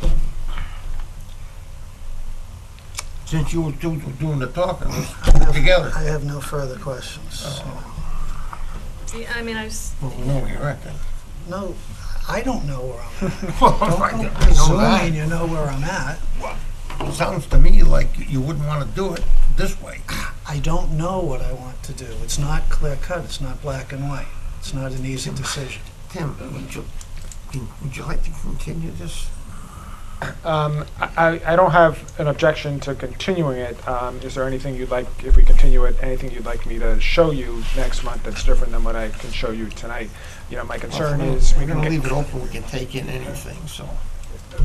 Right, and it sounds to me, and correct me, I'm not, that you really want to get into site plan issues. You want to see if we can submit a site plan may help. that works for you guys, and that may be getting. Obviously, I'm willing to grant the continuance, but my concern would be maybe getting ahead of ourselves at that point in time. if you're asking me what I'd like to see, I think you know what I'd like to see. I'd like to see a plan that can fit Yeah, what we that would talked fit on the about. project. That would fit on there. I'm Yeah. not, I mean, if you want to get ahead Well- of yourselves, 208 is not for 150 units and with 2 bedrooms.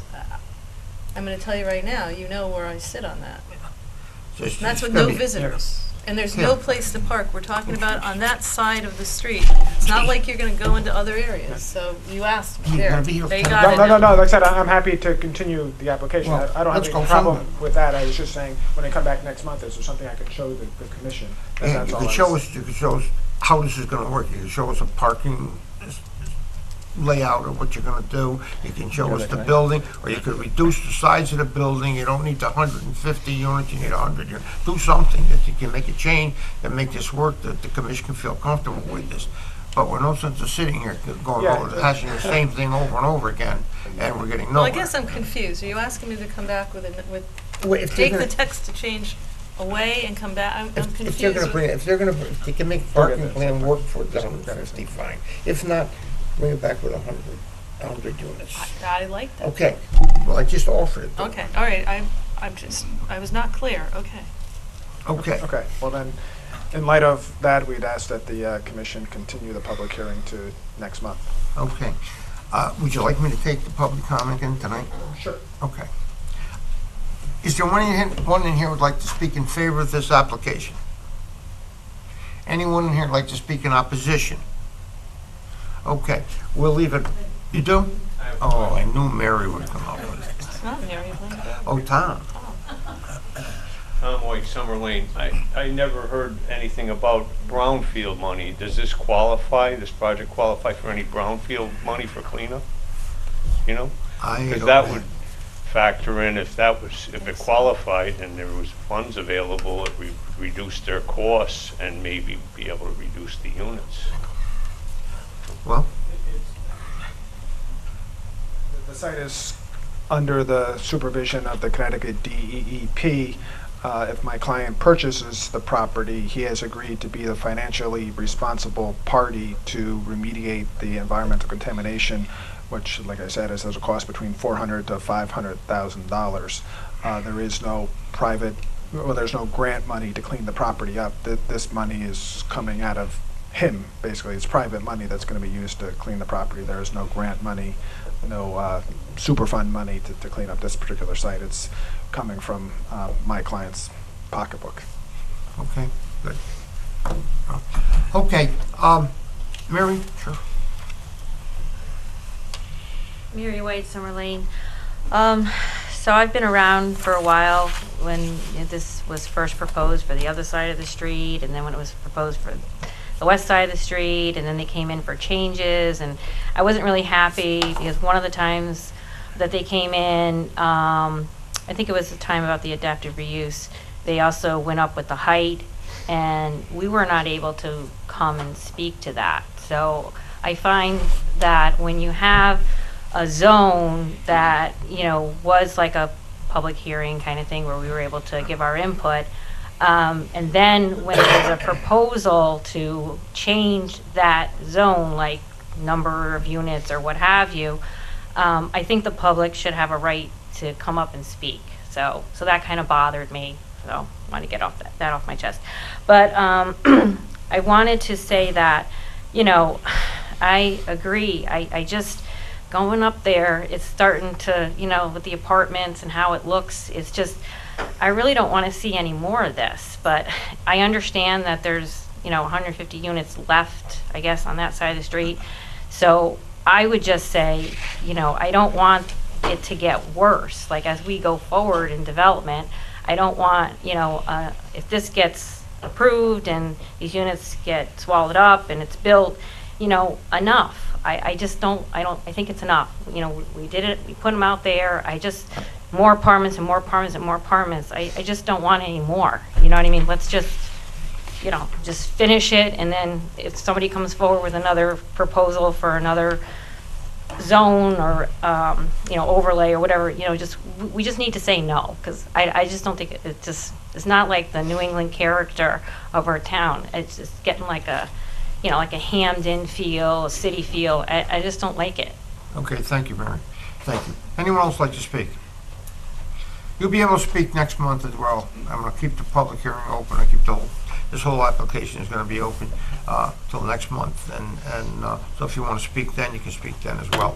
Okay, at this point, we will continue this. Can I have a motion to continue? But do you want to just do it in deliberations? All right, we're going to deliberation. We'll go right through it. All right, Tim, thank you very much. Okay, folks. Okay.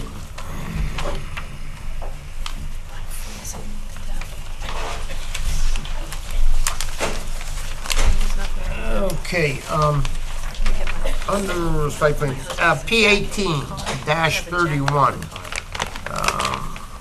so, Roz, 15 Cottontail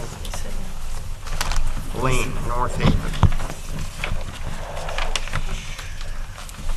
Good evening. For the record, my name is David Nafis. I am a licensed professional engineer and land surveyor with NAFIS.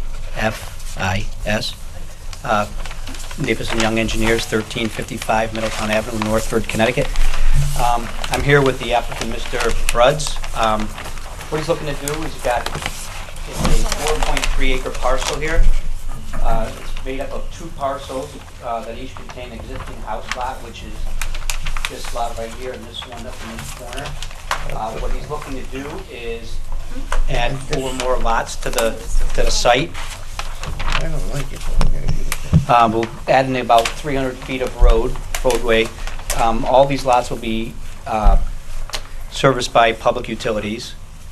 There are, what we plan on doing is capturing all the impervious surface for the site and dividing that up between the 4 new house lots, so the town won't be responsible for maintaining any infiltration or drainage.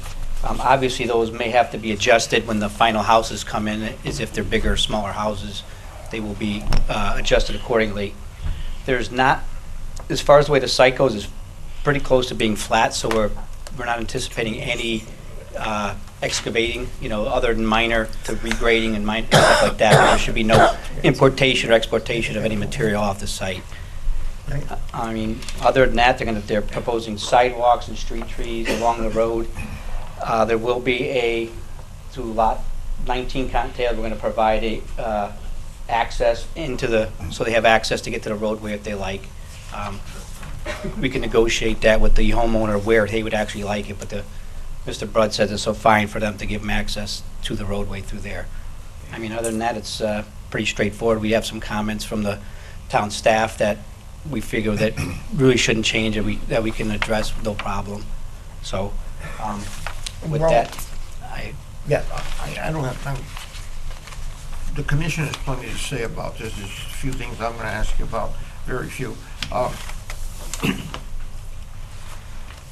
If this were approved, when will you plan on starting on this? that I would have, I'm sure they would look at probably as soon as they could get going on, I'm sure. Okay, well, but the reason I ask about that is because Cottontail Lane is targeted to be repaved. And the town's gonna repave that next year. Okay. And I do not wanna repave that in acting on behalf of the town. I don't wanna repave it and then have you come in and dig it up to put water or sewer or anything else you gotta put in there.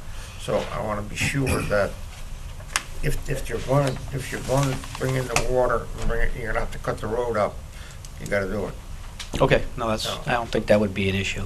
Okay, well, I don't think so either, but, and those are things, and you understand that the horses have gotta go, and as soon as you bring the Mylars in, it becomes an automatic site plan then, and it makes the lot from a 2-acre lot to a half-acre lot, and so Yes. they'll have to be gone before we'll sign off on that. And part of what they plan on doing, there's some greenhouses and, along the property, and those will be removed from the property also. Mhm, So, okay. Okay, that, I mean, really, you wanna go with, huh? I noticed that there were no engineering comments. Does that mean the old comments were all addressed and there are no engineering comments, or? Sorry about that. Okay. There were drawings that were resubmitted, and they were after Jonathan had left for the week. So this morning, Andy looked at it on Friday, and they worked together to come up with this as it is appropriate at this point. These are responses. If I can pass those along. Sure. Have you seen these? yes, we looked at, there's really nothing that we can't So you're- incorporate and shouldn't. You're okay with all the notes from planning and all the notes from engineering? Yes, and there's really nothing that I feel would change the plans at all. They would just, most of them are a lot of drafting, what I would call drafting revisions. Okay. At one of the meetings, I can't remember which, I voiced a concern or a question about how you were dealing with potential pesticides in the ground where the greenhouses are. Has any decision been reached, or is there anything that you can share with how that's gonna be As dealt far with? as what may be in the ground right now, Well, because they're gonna be removing the greenhouse, they'll be totally, I understand, but, and I asked this question in light of the fact that I just did a project in Clinton that had greenhouses on it, and when the soils were tested in the vicinity of the greenhouse, there were concentrated levels of pesticides. Not a surprise, because greenhouses use pesticides. And the soils had to be remediated to make it safe for residences with kids to live there. Now, I've been told that that's not under our purview of planning and zoning. But from a moral issue, I just want to make sure somebody checks this out before they sell these houses to people with kids and potentially have pesticides in the soils. So I'm wondering how that's being addressed.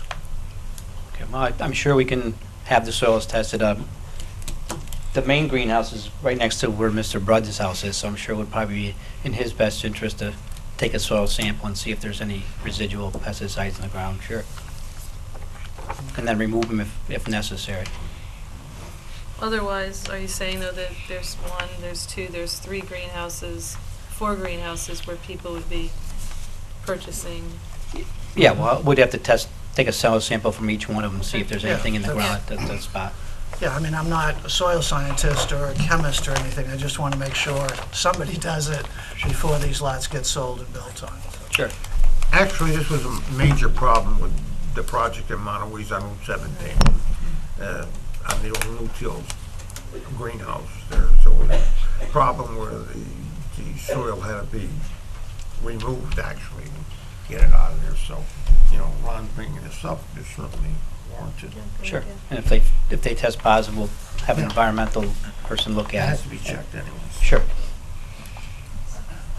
And you're agreeable to the putting the water, running everything you need to before Cottontail Lane gets, okay, and gets Absolutely. paved? And will it continue up here? And I'm thinking about that in light of the issues that we had. I just want to make, so you're going to bring the water in for the whole thing? Yep. Well, if they're gonna pave it, we wanna get everything in, onto the site, so we don't have to, we don't wanna cut up new pavement any more than anybody wants us to cut up the new Okay. pavement. Thanks.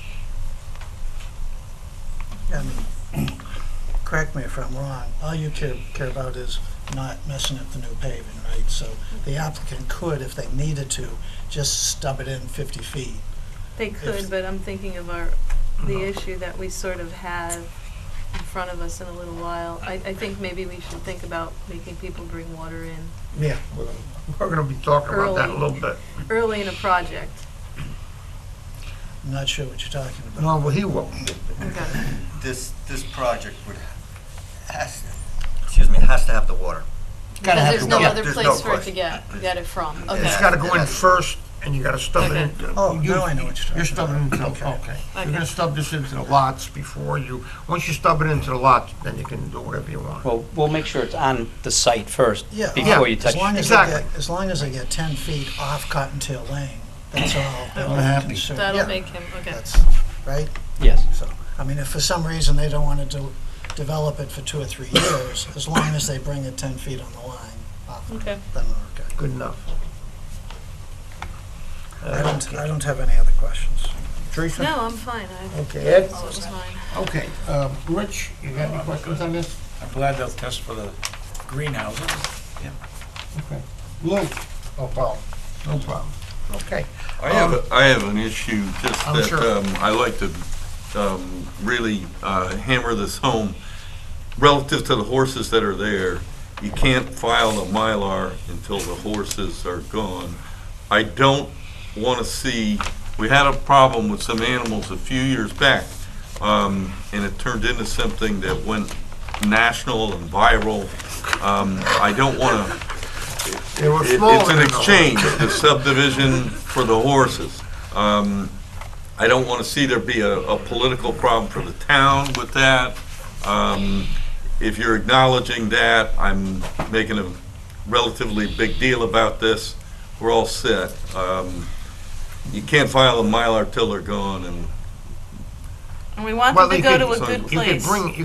could bring in a Mylar, but I won't sign it. Okay, no, that's fair We enough. want them to go to a good place. Yeah. the horses. Okay. Okay. The horses, I'm Victoria Bruds. No, I don't live home anymore. I'm in Clinton, 7 Heritage Circle. Sorry. Bruds, B-R-U-D-Z. Okay. The horses are mine, and because I know my parents are doing this, I'm currently looking for a new home, so there shouldn't be any issues with them. I just want Okay. to give you some reassurance on that. Plus they're old, so who Thank knows you. how much longer they'll be. Thank But you. they're leaving. Thank you, thank good enough, thank you. you. Okay. Commission, you good? I'm good, sir. Commission on this side, good? Okay, you're good for the moment? Okay. Is there anyone here who would like to speak in favor of this application? Anyone in favor? Anyone in opposition? Ugh. Yeah, well, questions are next. Come on. Hi, I'm Judy Girola. I own the property in the back here. Sure. G-H-I-R-O-L. This house is 25 feet away from my property line. Is that what it says? I just closed my plans. Yes. And the house over here is like 58. And I'm wondering, why is it so close to my line? Can Well, we, okay. like, move it?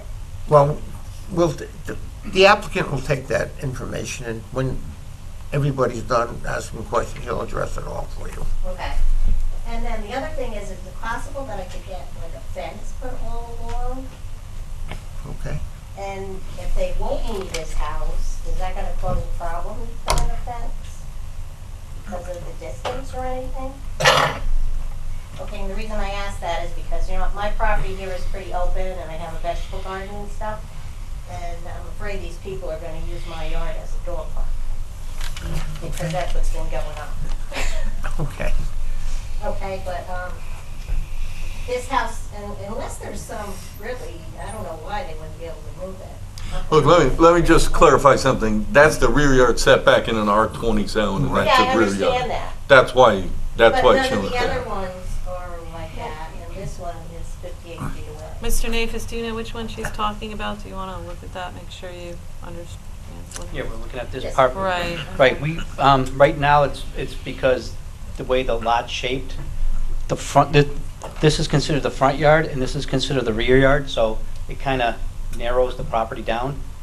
Obviously, when the person, whoever buys the lot can, Put it anywhere you want. they can move it and twist Sure. it any which way they want within that setback requirement, so, I mean, that's pretty much what you're limited to.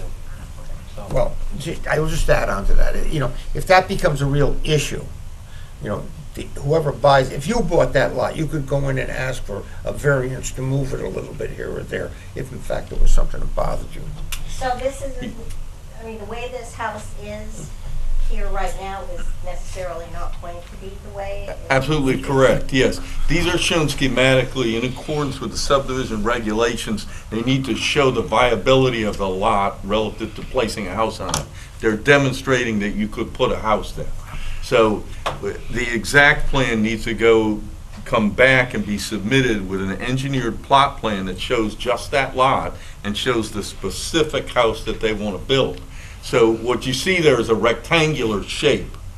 In all probability, what anyone who would purchase a lot would want to put on it would be something that would have some jogs and nooks and crannies, etc. The exact house that they want to put on there needs to be submitted with an engineered plan that shows the drainage, that shows the exact perimeter of the house, and any other idiosyncrasies of a particular proposal for a house. Yes, that's schematic, and it wouldn't be necessarily that shape or that location. The dashed line you see is the building envelope. That's defined by the 4 setbacks that are inside of the, north, south, east, and west. So it has to be within it? Yes. Unless they That's came correct. for a variance to ask the other zoning board of appeals to vary it. So if they wanted to move that house before it got built, they'd come ask to move it. So you're saying you can't do anything? It does It not have doesn't to matter be. what he does. No, I mean, on this neck, you can say that this has to be 35 feet. It has to be this. That's what the regulations. They would be able to build at their option within that envelope. And it Okay, looks strange good. because they're considering to the left of that the front yard. To us, it looks like the front yard should be where the driveway comes in, but It I isn't. don't know why that looks like that. Yep, 1 second, But let's move over to the fence. Are you willing to put a fence up for the lady? That I would have to ask. Okay, well, when she sits down, she can come up and Let's answer. get all the questions. Let's get all the questions. Why not? Are there any other questions that you have right now? No. We'll get your questions answered for you one way or the other. Anyone else? Sure.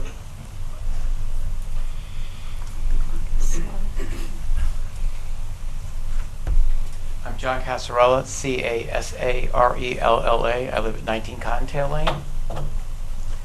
I have some... John. These retention drainage areas here are, I'm concerned about the fact that they may be containing distilled water during the summertime period, which potentially could breed mosquitoes, etc. And how are they going to be maintained over a period of time? They're underground. They're underground? They will be sealed off? Yes. Okay. Thank you very much for that. In this area here, will there be any kind of growth buffering besides just maybe a few trees or so? It'll be it'll be a tree line. There'll be a tree line? Yes. They're 50 foot on center though. Okay, okay. And one simple question, I understand I will be granted an easement that will allow me to utilize this, have access to that road. Will that document be, I assume it's a legal document that would be presented to me as the homeowner? No, that would be in the deed of that lot. This lot, the lot of the, Yes. this lot, okay. Would I would be able to obtain a copy of that? It would be Sure. public record. Thank you very much. Yeah. Okay, that's good. Anyone else? Anyone else have a question? Okay, good enough. One other question that was brought up, if you can answer, good. If you can't, well, that's okay too. About putting a fence up. He said it would have to be, he wasn't really looking at putting a fence up because he's not sure how that would work for Okay. resale and stuff. That answers that. Okay. Is there anything else that I missed? I have another question then. If I have to put up a fence, You have to come up. if I have to do a fence myself, he's got, like, part of a little fence on his property with some trees, so can I, like, have that removed, or is that gonna be a problem? What was the question? I don't know. That would be really, It's right on the line. yeah, that would come under a site plan. When we'd be looking at the site plan for this, whether, I don't know what you're really talking about there. No, this is Bill's house, okay? Yep. And in the back here, he has a little, I don't know how long it is, 6 feet maybe, there's a little fence. Have you done the property? Yeah, there's a little fence there, and I think there's a couple of trees, but it's right on the line. So if I were to have to put up a fence myself and go all the way down, what am I supposed to do there? If I can't, he won't let me remove that. You can do whatever you want to on your property. But it's on the line, and it's already in. You can do whatever you want to on your property. If it's an inch onto your property, you can do whatever you want. If it's an inch onto their property, you're not supposed to be there. So let's say it's the face of the fence is exactly on the line. Is that what you're saying, or the fence is centered? Is exactly on the line. If the face of the fence is exactly on, you can put your fence right up against his fence. Well, and then I think he has 2 trees on each side. The tree you think is on the line and would straddle the line. I think that's a legal matter that you need to talk So your talk to property, your attorney about. your property is up to the right-hand corner, right? It goes all the way. Oh, you all the own way. both. So Oh, Okay, you go got all the it. way there. All Okay, right. Right, that's why I'm saying, what's the sense of me putting up a fence if I have to deal with this little piece here and people can get through anyway? Okay.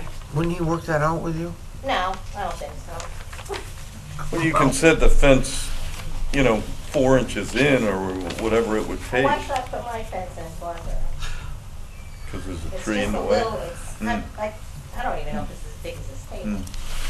Well, I it don't looks think, like a small problem for a big I don't think we job. can decide that, right? I mean, It's a legal matter Yeah. that you have to do. You can legally get this taken care of. We can't do this for you. What are we gonna do?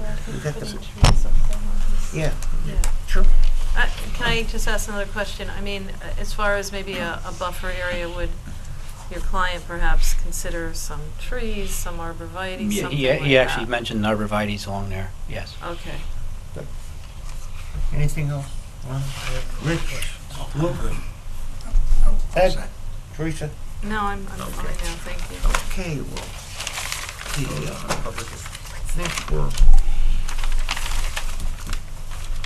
I think we're good there. Anything else to add? No, I think we No? covered everything. Okay. Is everybody good in the audience here? Okay, that's it, folks. This public hearing is closed.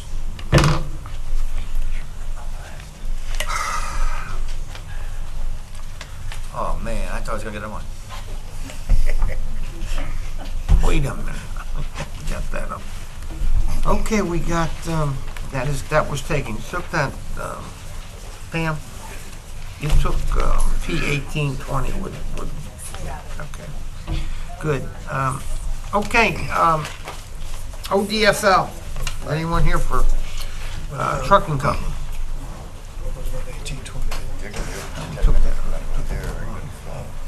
Oh, sorry. Want me to call you? Yeah, would you mind? I don't know. She's got a beard. Deal with it. Stay out of Teresa, that's all yours.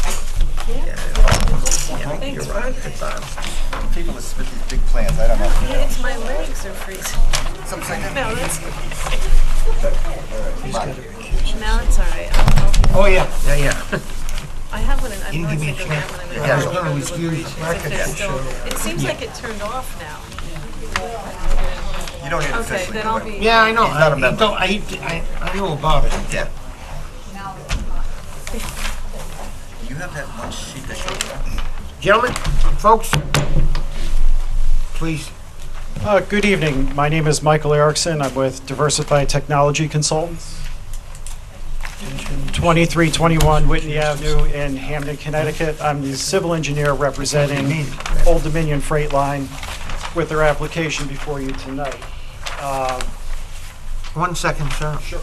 I just want to be sure, Pam, that you got that Andy excused. That's okay. That's awesome. This is a 44-acre site currently owned by Olbrich, and that reflects the lot line revision that's shown here along this driveway. 15.7 acres of the area of the lot is occupied by wetlands. It's mostly wooded, sandy, and disturbed by dirt bikes, which I'm sure this commission has heard about in Defco Park. Soil is, get right into the building. In the proposed use, we're building a 49,000 square foot warehouse building that includes 5,400 square feet of office space near the entrance and employee parking.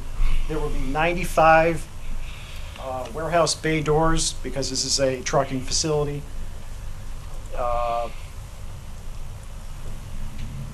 As part of the modifications to the entrance to the site, we're reconfiguring the cul-de-sac that's currently here. This will be town-owned at the terminus of Dodge Avenue. They'll have a driveway leading into the site. This is not a public road. There's nothing to prevent that from being a public road. We held a 50-foot width through here, but it will be owned by Olbrich with easement rights granted back to Old Dominion. Along this side, there is a well that's owned by Olbrich. They are interested in preserving use of that well. It's inactive at this time. Old Dominion is also going to grant an easement back to Olbrich for rights to use that well for power, water, access, so on and so forth. Just to describe the site a little bit and how it's going to operate, we're showing 131 employee parking spaces. That does not count this dash line that's shown as future. If Old Dominion chooses to do that, they will be in front of your commission at a later time. That's shown to illustrate that we have considered this area in the computations for the stormwater management system in advance in our application now. The future area would be 127 spaces if they chose to come back to you with that in the future. We're showing 6 handicap accessible spots in the employee parking area. Getting into the actual work area, if you will, it's going to be surrounded by an 8-foot chain link fence, secured, card access, because by the nature of what they're storing in the site, there's somebody's goods that they have to keep an eye on. So it's going to be locked and card access at all times. As far as operations, you're looking at spaces for 67 full-length trailers.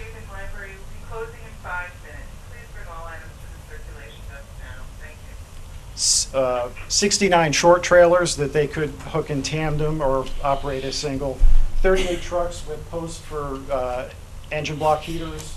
Those will be oriented towards the front. This is not a repair facility.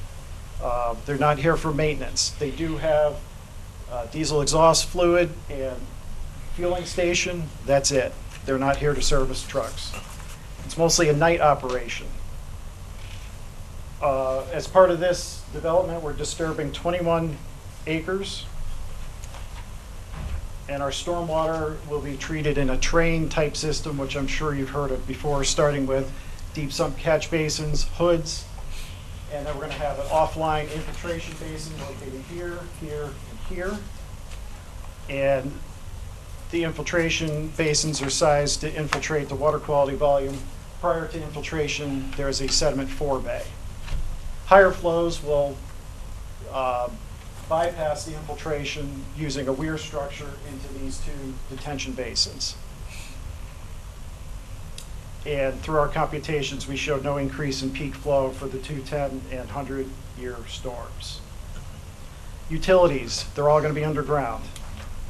There will be one pole where we're reorienting in Dodge Avenue, which remains with the town of North Haven. From that point on, everything is underground. That includes Regional Water Authority, which already has a 12-inch main in this easement.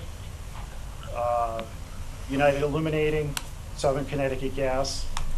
There is no sewer in Defco Park in this area. So we are doing a septic system. We have a preliminary design which was submitted with the plans. We're following up with test pits, and we've made contact with Quinnipiac Valley Health District. That could happen as soon as Wednesday of this week to PERC and confirm our assumptions and submit a formal application. We're looking at about 6,000 gallons per day. We're going to do a step system, septic tank, effluent pump system, and that is also looking at potential increase in employees in the future. We've accounted for that in this system, also showing 100% reserve area. And site lighting was submitted with the package. We're approaching 0-foot candles at the operational limits. As far as landscaping, we're showing planted islands and plantings in the front with irrigation.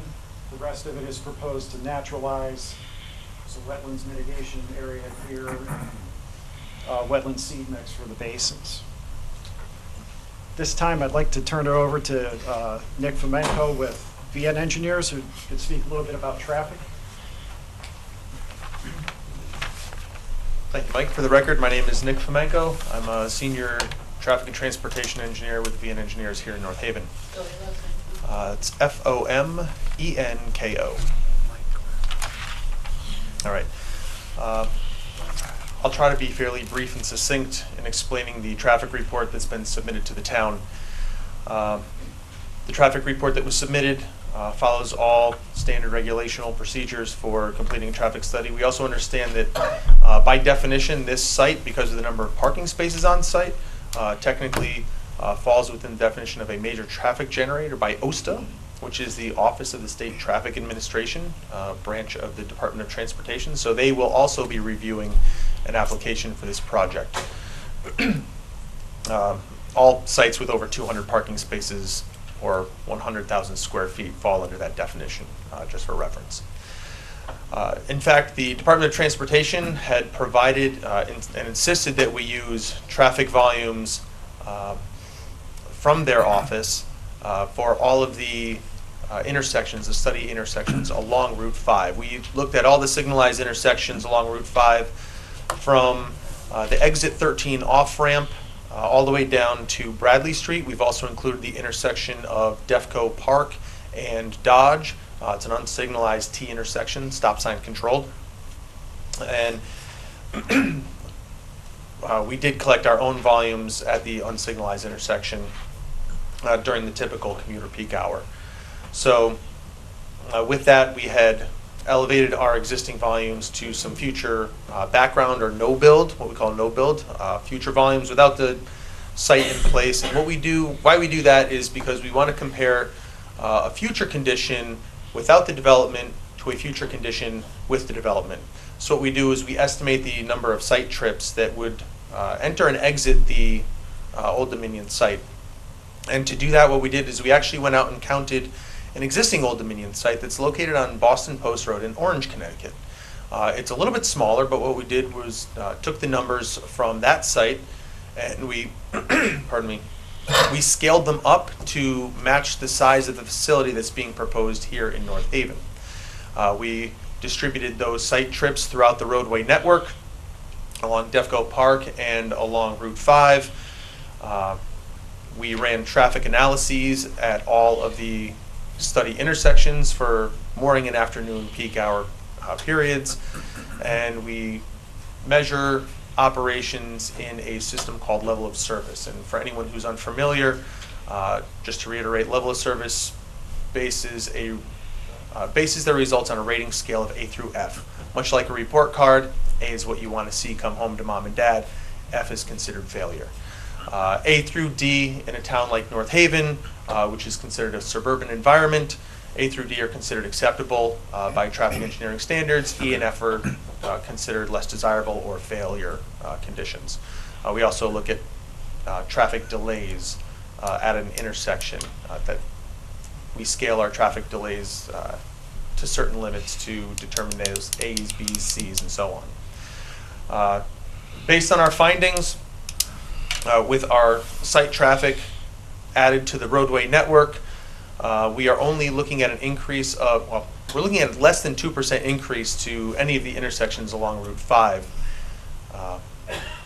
with our new Old Dominion site trips. So I know that Mr. Borelli had a concern earlier at one of the public hearing applications about traffic along Route 5. This site, because most of the activity does happen during the evening hours between 11 p.m. and 5 a.m., as Mike had stated earlier, our daytime traffic is relatively small compared to other developments that might be in the area.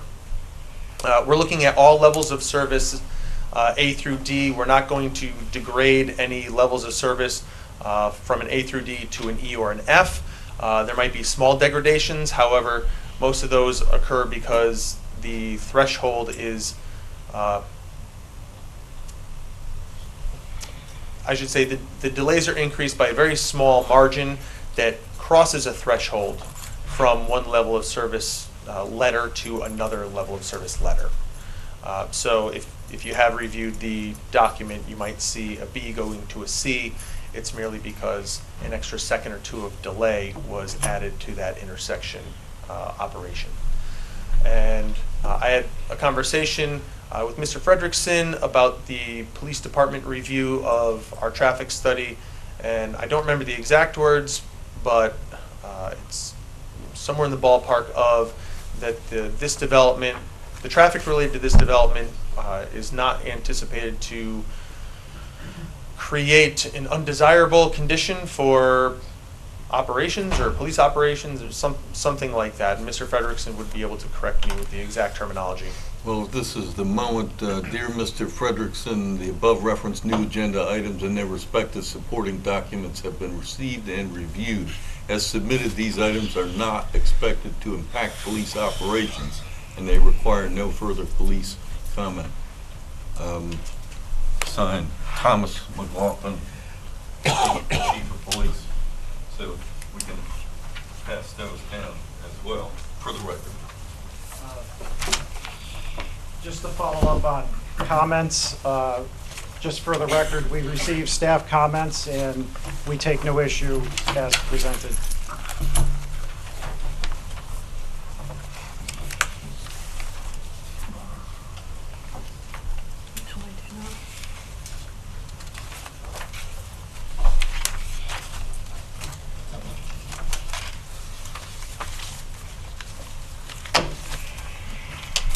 Bring it on, what have you got? Are you all through? I think I'm all through. Oh, okay.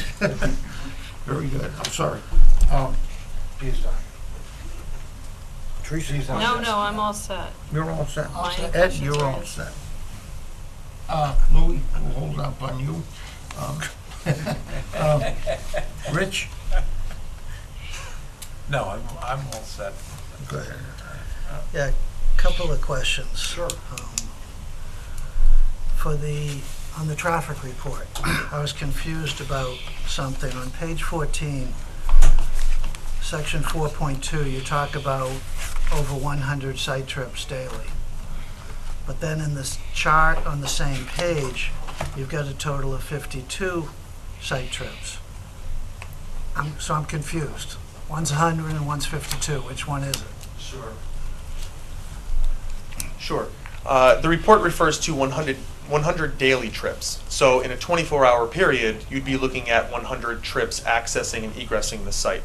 The 52 trips that you're referring to from the table represents peak hour trips. So when we do an operational analyses we look at an appropriate peak hour for a period of most influence from a site. If we're doing a development, if we're analyzing a development like this, we would look at a weekday commuter morning peak hour and a weekday afternoon commuter peak hour. If we were going to do a site like a church, obviously we'd look at a Sunday when the church is in session and what kind of traffic impacts would occur in the neighborhood on a Sunday. So just to clarify that the table looks at the peak hour, weekday morning and afternoon peak hour trips, but the owner had indicated that they do anticipate approximately 100 trips based on the size of this facility. Okay, maybe it's just semantics, but I thought you said this was largely going to be operating in the evening. Yes. So, but this indicates that 50% of it's during the day. Or am I misunderstanding something? During peak, 50%'s during peak hours, which is during the day. So, which is it? Is it 50-50, or is it mostly in the night, or can't be both? I can tell you that based on our findings that the peak hour trips are having a minimal impact on the roadway conditions, the existing traffic in the area. That, but per your charts, 50% of the traffic's during peak hours. And you said most of the traffic was at night. So which one is it? We received an estimate of 100 trips from the owner. It could be slightly more over a 24-hour period. Who's going to be there during the day? What's going to be happening during the day? So from an operations standpoint, they're estimating just over 50 employees at the site. The employees would operate during 3 different shift periods. Other than the employees accessing and egressing the site, there would be a variety of truck types that would also access and egress.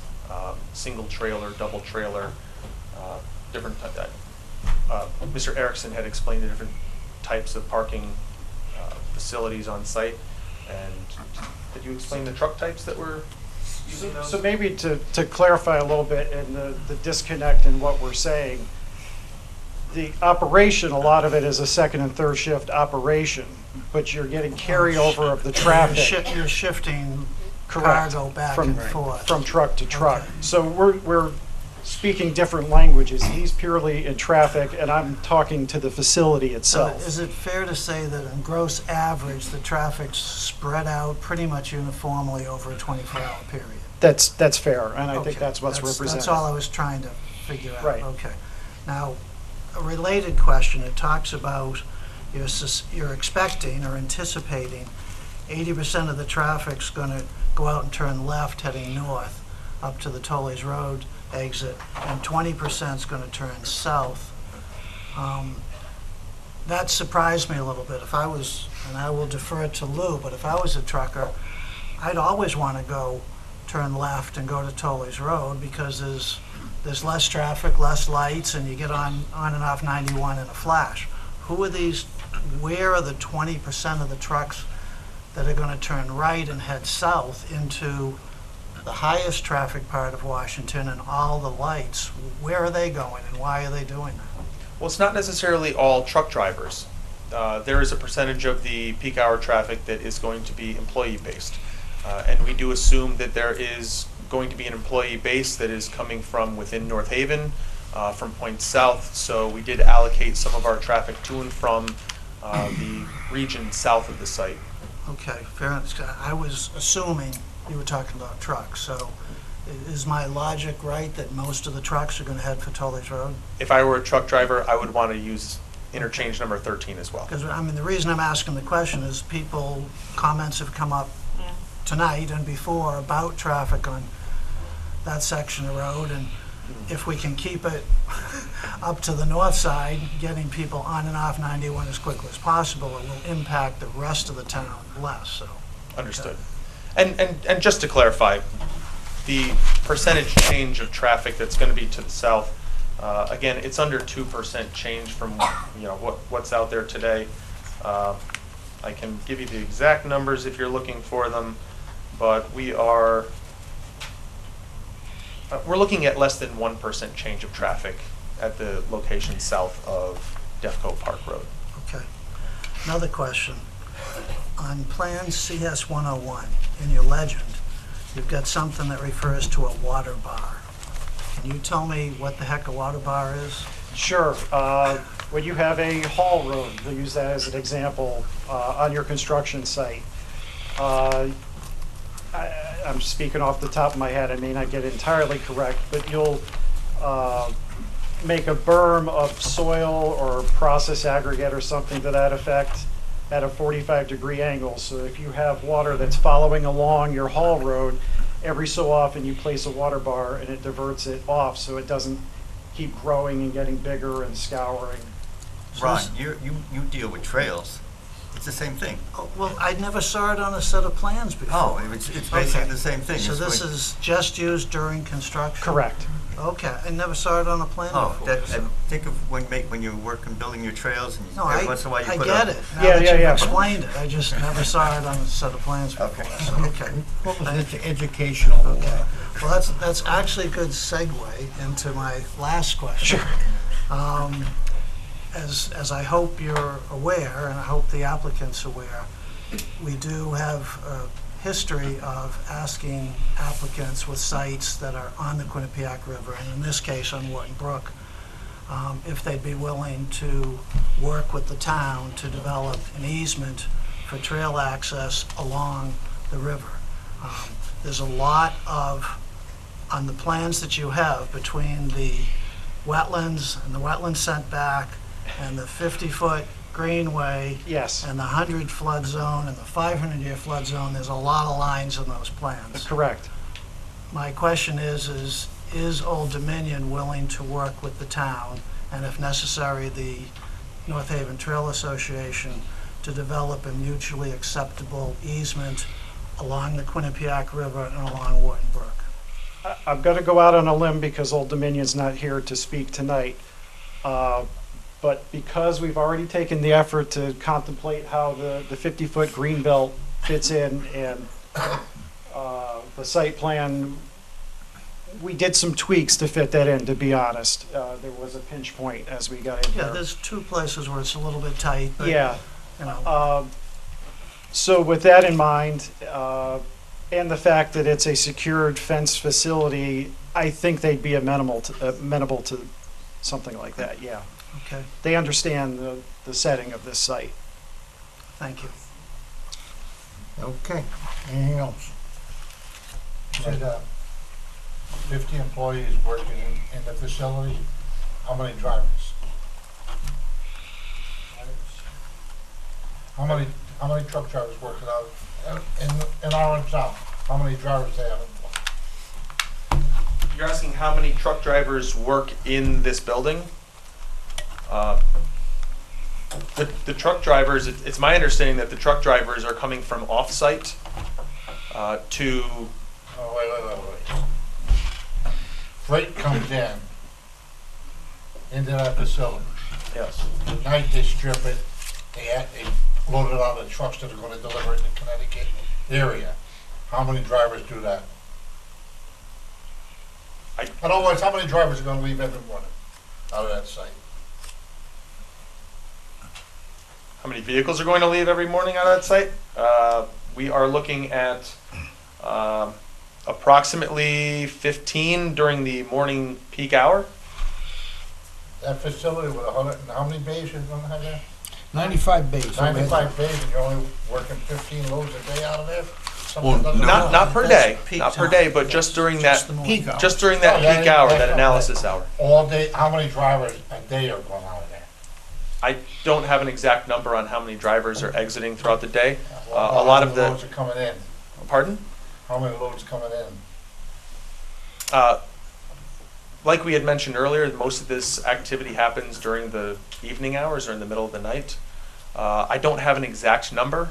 Isn't it the 100 trips a day that you've got? The owner was identifying that approximately 100 trips a day occur at this site. So I hope that helps answer your question. I don't have an exact number of of drivers every single day.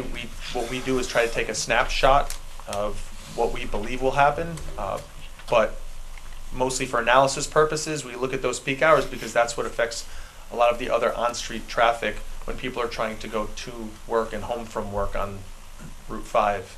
I have no bones about, Old Dominion. I think it's a top-notch company. I just try to get some information out of here. I just wanna, you can't tell me how many trucks are gonna leave there, you can't tell me how many loads are coming in at night. They have said, they've said 100. I'm sorry. Yeah, it's part of the 100 trips that we had mentioned in the report. And then the other thing you said, you Bradley Avenue, you went over there and counted cars? We were provided traffic volume data from the Connecticut You ever Department of go there Transportation. yourself? Have I been? Yeah, our office is very close. It's within a mile of that intersection. Do you ever see the traffic there in the morning? I have. Them kids with them Jersey cars and Long Island cars, they come around that corner about 70 miles an hour. And they're just gonna add to it. Less than 1%, but there will be some site traffic going through that intersection. Not turning left or right through that intersection, it will be throughput along Route 5.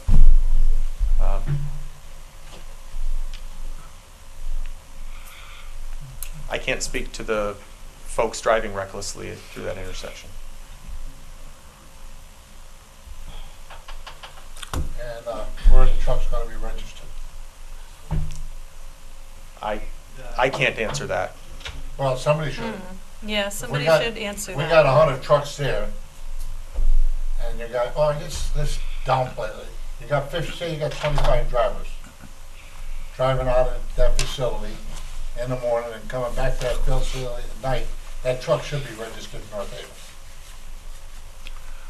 I don't know what DMV's regulations are with that or state statute. It's supposed to be where the home, domicile. Fair No, enough. they'll But comply with that. Well, They gotta we've comply. got 5, 6 trucking companies in Connecticut, in North Haven right now that don't comply Right. to it. Why would this one be any different? I'd like to, Listen, I would like Because this that. one's before the commission. Somebody dropped the ball on the rest of them. We got trucks with Jersey plates with just a post office box. This is that the are- first that one, are- Lou has that a are point, it's the taking first advantage one of we're North Haven. approving in a long time, so how can we handle that?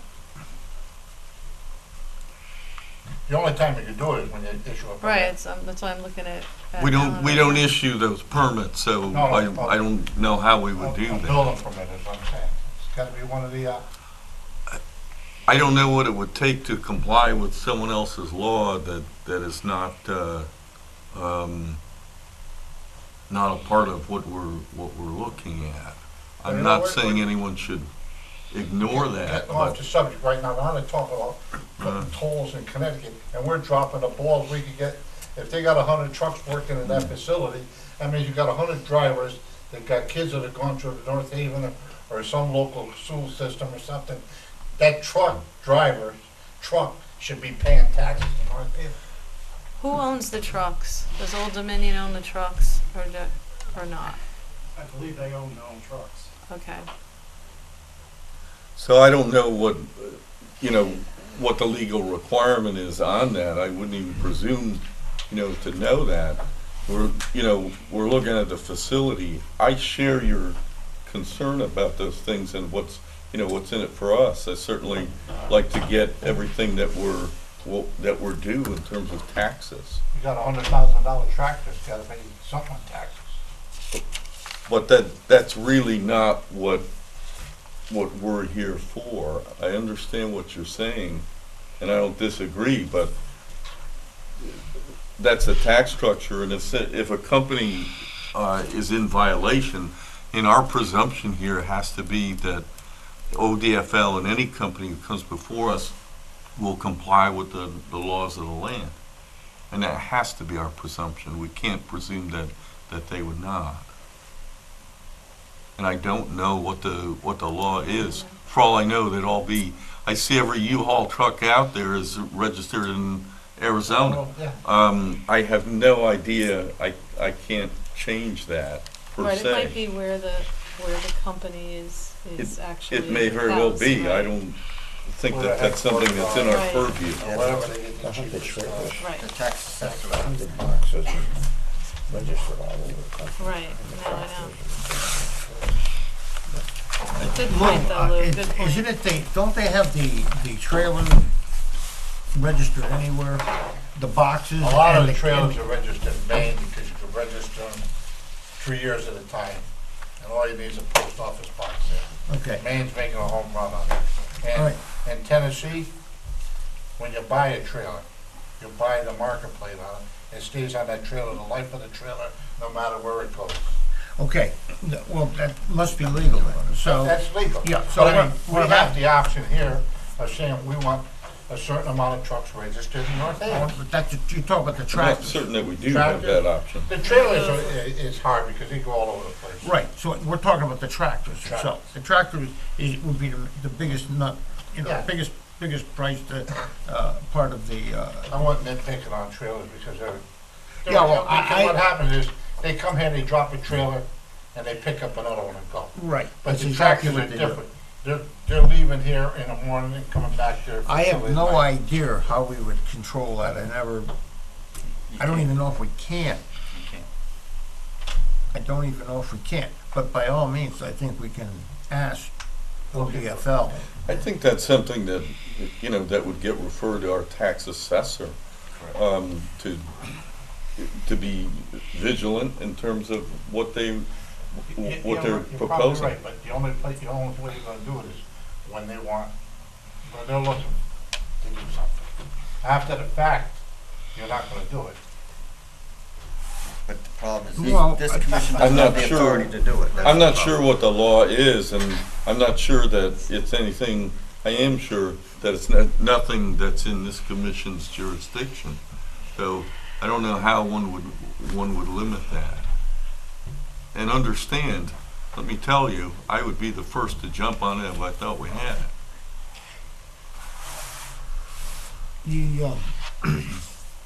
At least I think we should look into it anyways. It has- Can't we ask our town attorney to look into it?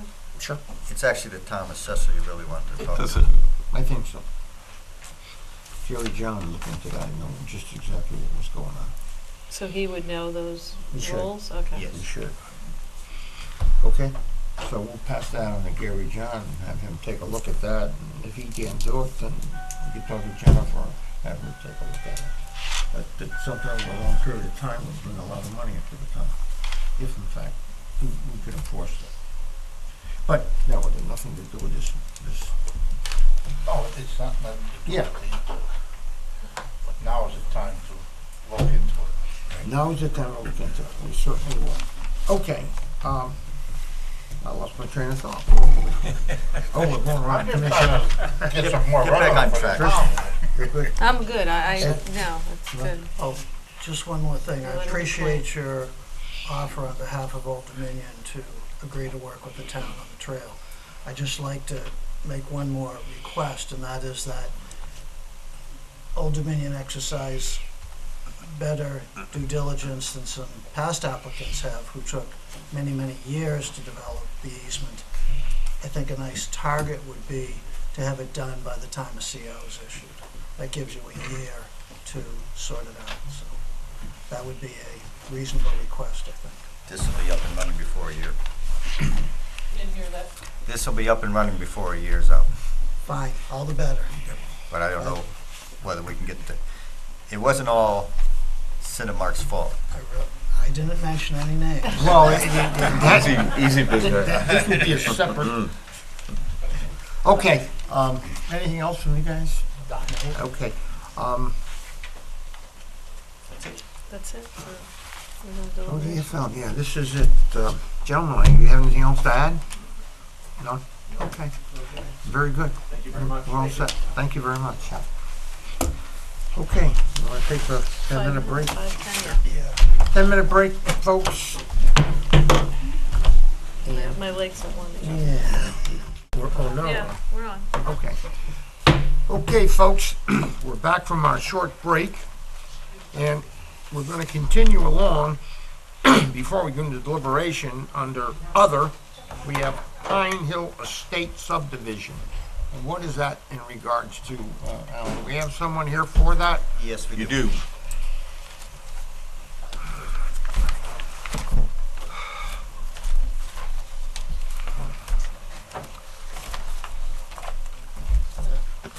Good evening. My name is Mike Bennett. I'm a professional land surveyor in the state of Connecticut.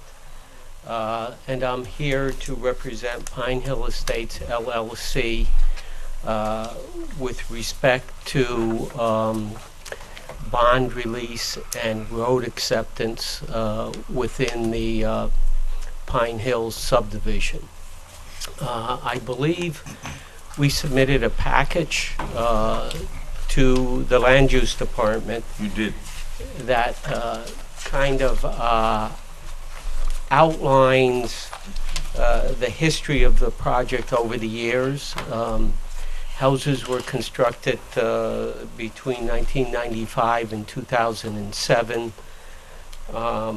And the developer, Pine Hill Estates LLC, built the majority of the houses in the first phase, and then as he went into the second phase and a portion of the first phase, he sold the lots.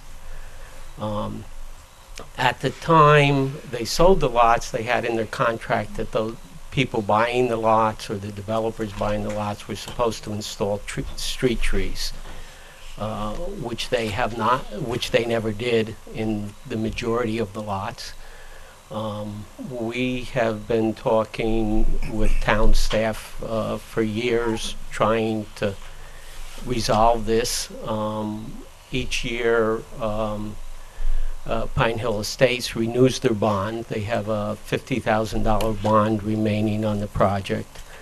And they'd like some kind of direction from the commission with respect to making final improvements and getting, the road accepted in their bond release. As part of that, we've had conversations with Mr. Bodwell concerning some road improvements that he'd like to have done, which would include milling and repaving of about 500 feet of roadway within the subdivision, which will cost our client probably $35,000 to $40,000 to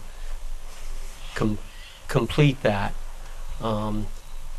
And part of the issue with the street trees, at one point during this process, they sent letters to the homeowners, and 70% of those that were returned said they didn't want trees planted in their yard.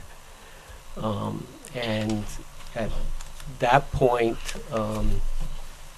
they don't know how to proceed with respect to that. We'd like to get some direction from the commission as to whether we can waive planting of the remaining trees, or how do we want to handle that? They would like to pave the road and then get a positive referral from the town engineer and get the bond released and the roads accepted. And I believe the outline that I submitted pretty much is a pretty good narrative of the history of the project.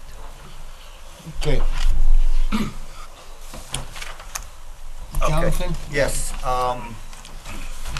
there's, what, 4 streets there that we've been maintaining since the 90s, since they've been done. We meaning the town. And part of the problem is,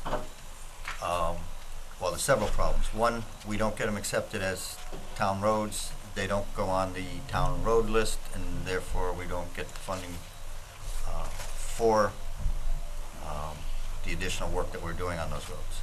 Another problem is, and I've had several homeowners who are trying to sell their homes over there And when their mortgage company calls, I have to tell them that it is not a town accepted road, which somehow they get around it, but it is a hassle for the homeowner selling his house over there. The other thing is because Hitchin Post comes off of a Hitchin Post has been accepted as a town road, but because it comes off of a non-accepted town road, we can't get any additional funding for that also. I'm sure many of you have probably driven up that road, that since '95, I mean, it's a well-landscaped area. And as far as I can tell, is that section of road needs repair. So that, and I don't see how you could actually go back in at this point and get trees planted in that area. Let me Sure. interrupt for a second.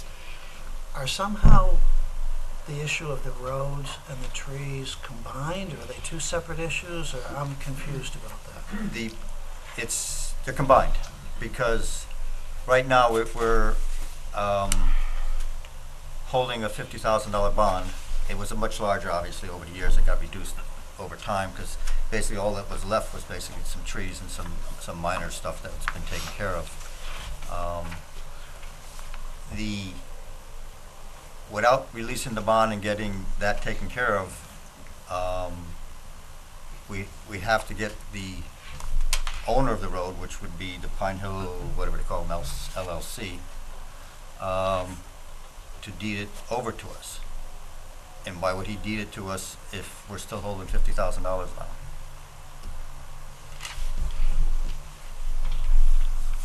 Well, the trees, I guess the trees would just, if the commission decided to, we could just waive the trees, and that would be the end of the trees, I believe. The road, that's a complicated thing. Jeez, I don't know how the heck you would do that. Could we just come in and accept the roads? No, you don't accept the The roads. issue's just the trees in front of you. So if we decide to go ahead without the trees, then everything else will proceed. Correct. Then I make a recommendation to the Board of Selectmen Right. to accept the road. They would then put it on one of the town meetings at some point, and then it would go before the town meeting for the acceptance. Then we could take the roads in, and then that would Right. be it, and you could handle it from there. These sets of roads are not the only ones I've been trying over the last 10 years to try to get. There are probably another 3 or 4 anyways that are hanging out there that way before I got here. Okay, so how would you handle the bond, the $50,000 bond that's there? Well, what would happen is if you guys would waive the trees, they would go in and repair that section of road that I felt was needed. Then I would come back to you to request the release of the bond. Okay. They would do the road, and, They would repair that section of the road, yes. okay, Yeah, yes, my client has agreed to repair that section of the road. okay. It sounds pretty close, straightforward. It's just, for us, well, I got it straight, for us to agree to release the trees, waive the trees, Correct. then the rest of it is, we don't have to touch it. You guys, you'll take care of that. I'll do the final inspection on whatever's left Yep. and make sure, and in my opinion, that's basically all that's left is replacing that section of the road. Okay. And, Have any questions? No, I do not. Ed? Ron? Well, yeah, I have a question. I mean, our regulations call for trees. These were sold with trees. I mean, people ask us all the time to get out of things like not doing sidewalks and stuff like that, and we make them put sidewalks in. I don't see why we should say just because people have asked us to get out of a requirement that we should agree. Well, I think in this particular case, the houses have been there, the people have been asked for the trees, they've landscaped their properties very nicely, and I think that's the way they would like to see it. They don't want any more trees. Yeah, Ron, when I said I didn't have questions, I mean, it was about. I get it, but it's no different than people not wanting sidewalks, you know, it Well, happens, so, it happens all the wait a time. minute, but someone came in last month and asked if they didn't want the trail. And you guys agreed not to let them install the trail. Rich, do you have any questions on this? Mr. Wilson, as 45, I hate to put you on the spot like that. Well, I agree, the homeowners have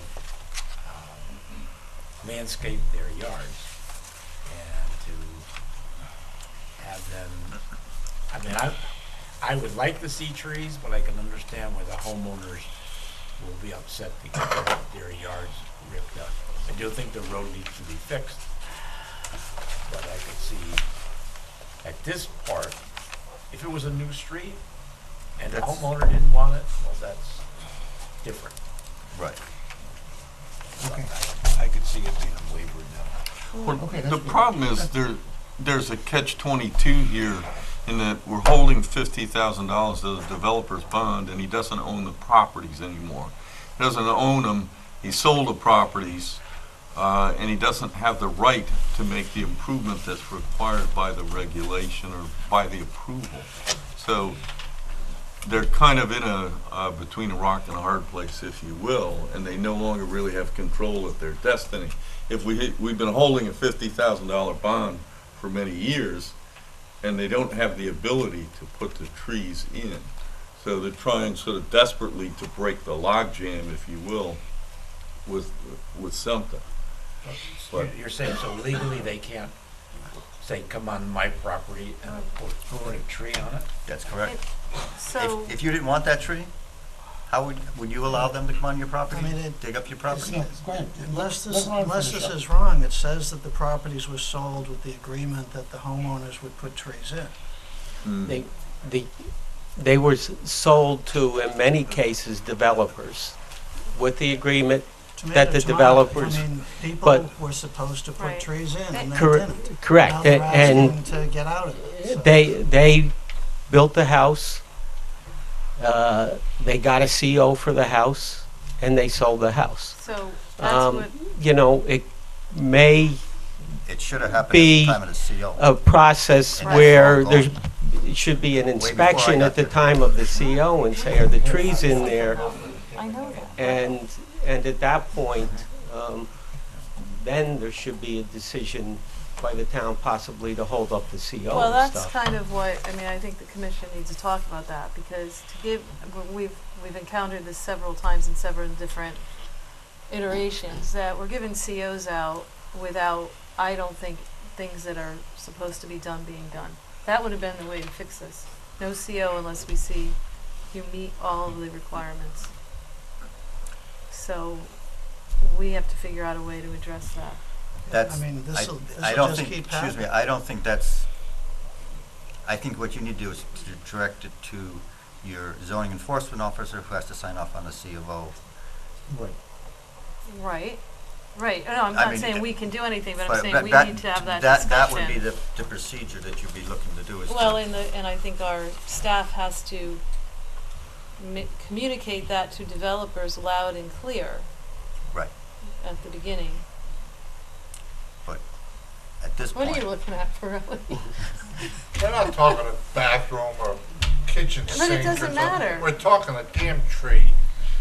They don't want it, why do we gotta shut We it down? can't make them have it now, but they should have done it because those are the 20 years rules. ago. Right, right. I agree with you there. Remember Wait, these guys came in from Milford, they built houses over there that had nothing I but am problems. very aware of who they got are. 50,000 lawsuits and they blew town. Okay, good enough. All right, so That's where we're at. that's where we're at. And Now, Ed? look at the trees. Okay. Fix the road. Jeez. all right, Okay, any more to say on that one? Said what I've got to say. Okay, you're all set, you're all set, you're all set, you're all set. Okay, very good. Okay, let's go on to, thank you, Mike. change of use. Change of use, one sep, I'm sorry? No. On this here? Mary, there's nothing to ask. This is strictly for the commission, I think. Yeah, not a public hearing. Yeah. Okay, on 117 Washington Avenue. Good evening, Commission. This is Joe Maruzzi, M-O-R-U-Z-Z-I, the owner of 117 Washington Avenue, Washington Commons. I'm asking you for permission to have two change of uses tonight. One is for Agency on Aging, and the other is for Nutmeg State Federal Credit Union. I know we're going to treat them separately, but I'm just going to hand you out a little bit of information and how we're going to divide the unit up. Basically, in the yellow, the larger unit is going to be Agency on Aging. The smaller one is going to be Nutmeg Credit Union. Agency on Aging, happy to say, wants to relocate from One Longworth in New Haven and come to us in North Haven. They're an agency to help senior citizens. Hey, I qualify. Yeah, well, we're all getting there, so I can't say that anymore.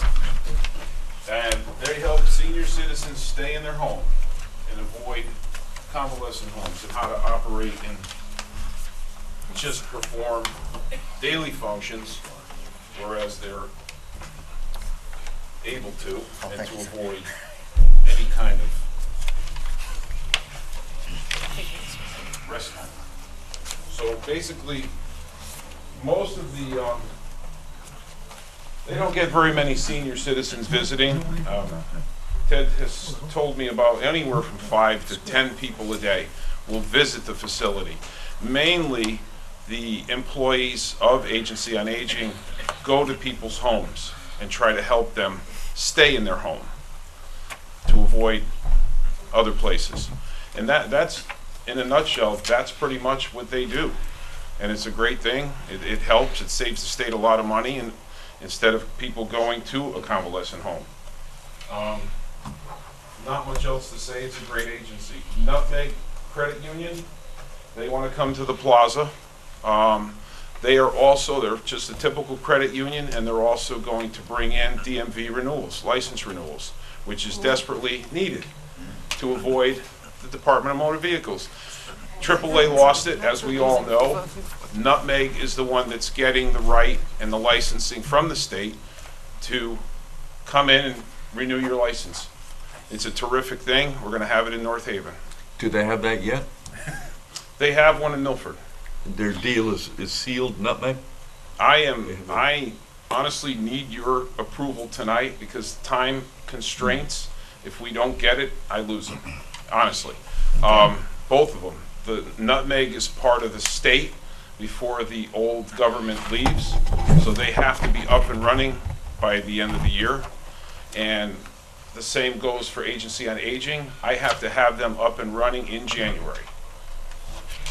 Mr. Maruzzi's property has a zone line that divides it in two.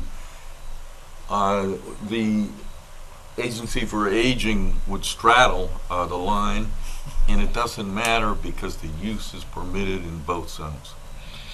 Beautiful. Okay.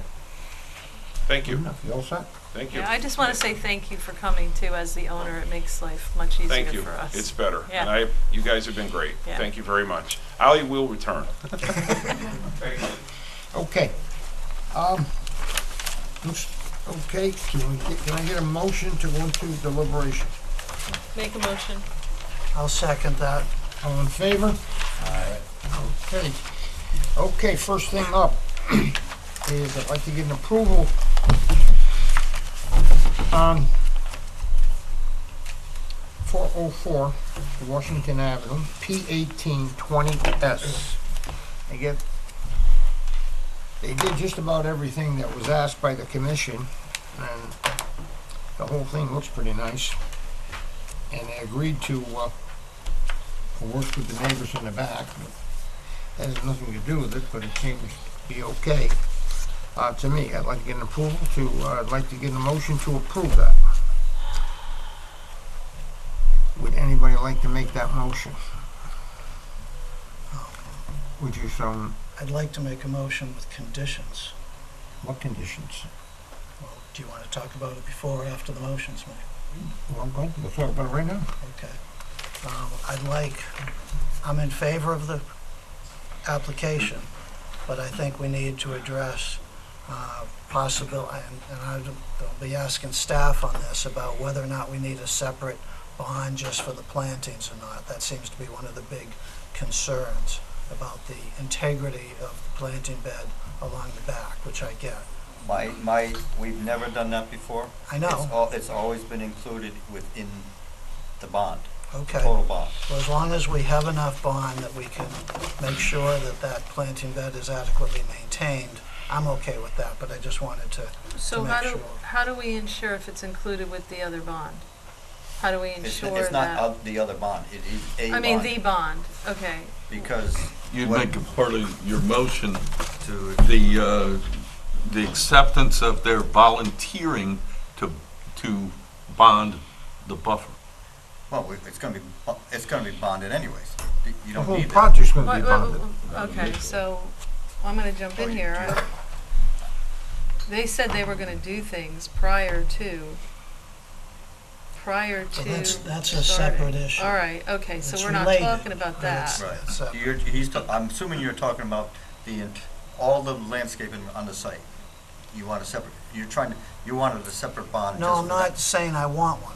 I was asking if we needed one, or if the one bond would be sufficient to hold their feet to the fire to Yes. make sure that that In my planting opinion, bed- that would, Is- one bond Okay. is what. Is there an advantage to having a separate bond? Because I don't understand there is enough none. We've about never it. done it. no. Okay, all right. I One- think there'll it be mostly, one- am I correct, that when you come to us X number of years from now, because when Andy guy comes come to to? us a couple of years from now, the owner's asking to reduce the bond. At that time, if they haven't properly maintained the planting bed, we don't have to release the bond, right? Okay, And I would agree with that. okay, great. Since he's. So that won't be a condition. I would like to make it as a condition of approval that the existing trees in the buffer be retained. I would Or be is- careful with that, because what if you have a junky tree? Okay, I get it. But Healthy tree. I get it but a similar condition came up, for example, at the Clintonville Manor. And everybody, you guys agreed and the owners agreed that we would not go in and clear cut down Correct. 30-foot trees to put in 6-foot trees. And I think what you did in that particular incident, you left it up to the staff to, and what we did is we actually walked it. To work with the owner to identify those trees which should be Correct. saved. Because on that Okay. site, Laura and I walked the site with the Okay. contractor ahead of time, and we literally. So that's marked the one trees. condition I would like put in there, because it Yes. seemed to work at Clintonville, so they Yes. did not go in and cut down all the healthy trees. Right. So- And basically, we marked the trees to be saved. Okay. They saved them and worked around them. Okay. It's even better here because there's less grading and stuff that has to occur back there, so grading kills trees. There's no question about that. Okay. So in this case, it's even better because there's less grading on this particular site you're talking Okay. One thing that was discussed and was suggested that as a condition of approval, that at least temporarily, the mentioned damage to fences and missing plantings be repaired in a timely basis. Is Okay. that something that we can do? Yeah, I'd just like to point out one factor, and Mhm. when a tree on your property falls on your neighbor's fence and lands in their yard, you are not responsible for that fence or the trees. I realize, because I had that happen to me. Okay, During a storm too, and I had to remove the part in my yard. I understand the lady's problem and concern, but I'm just telling you, Legally, I get it. they're not required to do it. Yeah. But since they seem to be agreeable, I would take that advantage of that and use it. Okay, all right. The other issue that came up is the whole vinyl versus wood fence. Yeah. Does anybody have any Can I- strong feelings? Can I make a with- suggestion on that? Yes, please. Why don't you require the developer and to work it out with the abutting neighbor on what type of fence the neighbor wants? So it has to be mutually agreeable.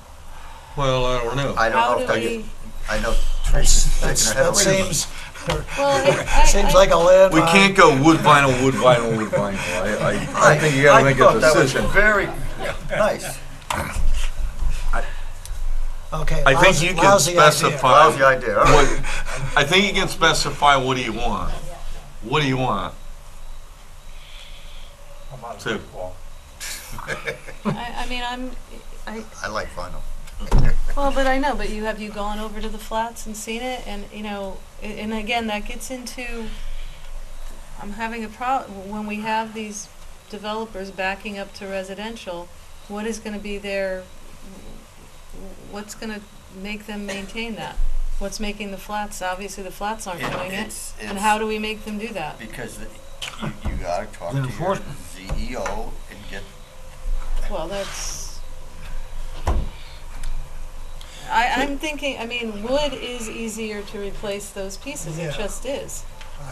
I mean, if it was me, Mhm. I'd go with wood, because I you're like right, it's wood. easier to repair and put back up. The vinyl, you have to order special parts that fit in special places, and if they don't manufacture them anymore. Right, like Lou said, they become obsolete. Yeah, if it's wood, you take a saw to it and you make it fit, you know, but. then go with your wood. Anybody you have can a go with a problem? wood fence that's not a stockade fence. They got a lot of good wood fences out Yes. there. How do you specify a higher than normal quality wood fence? Wood privacy fence. A wood privacy fence versus wood stockade fence. So you could say not stockade Bless you. if you want. Okay, So all right. So I will make a motion to approve this application with the following conditions. That the applicant work with staff to identify and save existing healthy trees in the buffer. That the applicant replace in the short term trees that were lost to the storm and repair the damaged fence. And that they change from a vinyl fence to a high-quality wooden privacy fence. You want the staff to approve that design? Yes. That's my motion. You make a motion, you'll second that. Even if you don't like it, second. I'll second it. and Ay. All we're in not favor? gonna we're gonna take up their Aye. What we're was- gonna take up their offer to bond for the buffer and have no further comment on that. You've got that in terms of coming up It's with a one bond bond for number? the whole project. Yeah. You're looking at him? And We're gonna make sure he's, Okay. all right, okay. Yes, we have the bond number in the letter. Andy, do you Good. agree with that? One bond, the whole Oh, yeah, project? no, Right. that's easier to me, yeah. So who seconded Okay, Under protest. okay, that's it. under duress? We have a motion, we have a second, all in favor? Aye. Okay, opposed? Opposed. Please don't say that. Okay, One opposed? Yeah, Why'd you second it if you're against it? because nobody else was doing it. I didn't care about seconding it, but okay, good enough. Why don't you oppose it? What did you want changed? Why didn't you say something? I did say it, and I Evan, don't please, believe that the run. property Okay. owner is in compliance. Can I because get- I have a problem with. Can I get a respect- motion to continue P 1830? I'll make a motion to continue it. Which one is Would it? anybody I'm second that? confused. I'll second that. That's Washington Avenue. Oh, Yeah. okay. All in favor? Aye. Wait. Whoop. So I have a question about this one, Sure. because I was confused earlier. Are we continuing the text, the amendment request? Yes. That's what we're continuing. But we're asking them to bring in And so- information with that Yes, just as we talked about. I was a little bit confused about that myself. I don't understand how that is going to work. And I'm not trying to be obtuse, but I don't I'm with you. Okay. I don't really understand legally what we're asking them to do. Right, because if they come in with something that is, less than what they're asking for, the 150, then they don't need the text amendment. If they come in with the 150 and the parking for 208 cars that, some of us are not going to acquiesce to, You vote against the amendment. They either gotta reduce the size of the project to make the parking fit and make it palatable for us, or they have gotta make it work what they're proposing. They almost gotta bring a site plan to us, so we can take a look Well, I at it. thought they were gonna try to demonstrate, at least on a schematic level, that they could get a development of this type to fit on the property. And they would not present the application per se, but again, just a demonstration that they could get it close or what have you, and then you vote on the amendment if you want. You vote positive or negative. So I'm not- if I had been to them, I would have come in with something showing you how the amendment would work. Right, and that's what they gotta do. And that's what they gotta do. You're not approving that, what they're showing you, you're just approving the amendment, but they're showing you how they can make that amendment work on that site. If you're not satisfied, you retain the same options that you have tonight. I know, I listened to them though, and they were pretty adamant about they weren't gonna go forward without 150 units, so what's gonna change with them coming to us? If you Right. don't give them an opportunity to do it, Okay, well we now, won't know. okay, so I'm glad I wasn't the only one who was confused. Okay, well, at least Okay. we'll continue to give them All an right, opportunity to that's come fine. back. Now I get it. We have a Okay. motion. Did anybody make a motion? Yes, Ron Made a motion, even though he Richmond didn't know it. seconded. And know who he made it for, but, no, you can make the second. I think Uh, someone just already go- seconded it. It We have was a already motion done. and a second. And now Oh, we, Pay okay. attention. All in favor? Aye. Opposed? I think they already did that, didn't they? No, but. I don't know. Okay. Okay. Okay. On that, I'm sorry, folks, under the, P1820S, I would like to go now over to, P1820, which is the site plan for How about 404.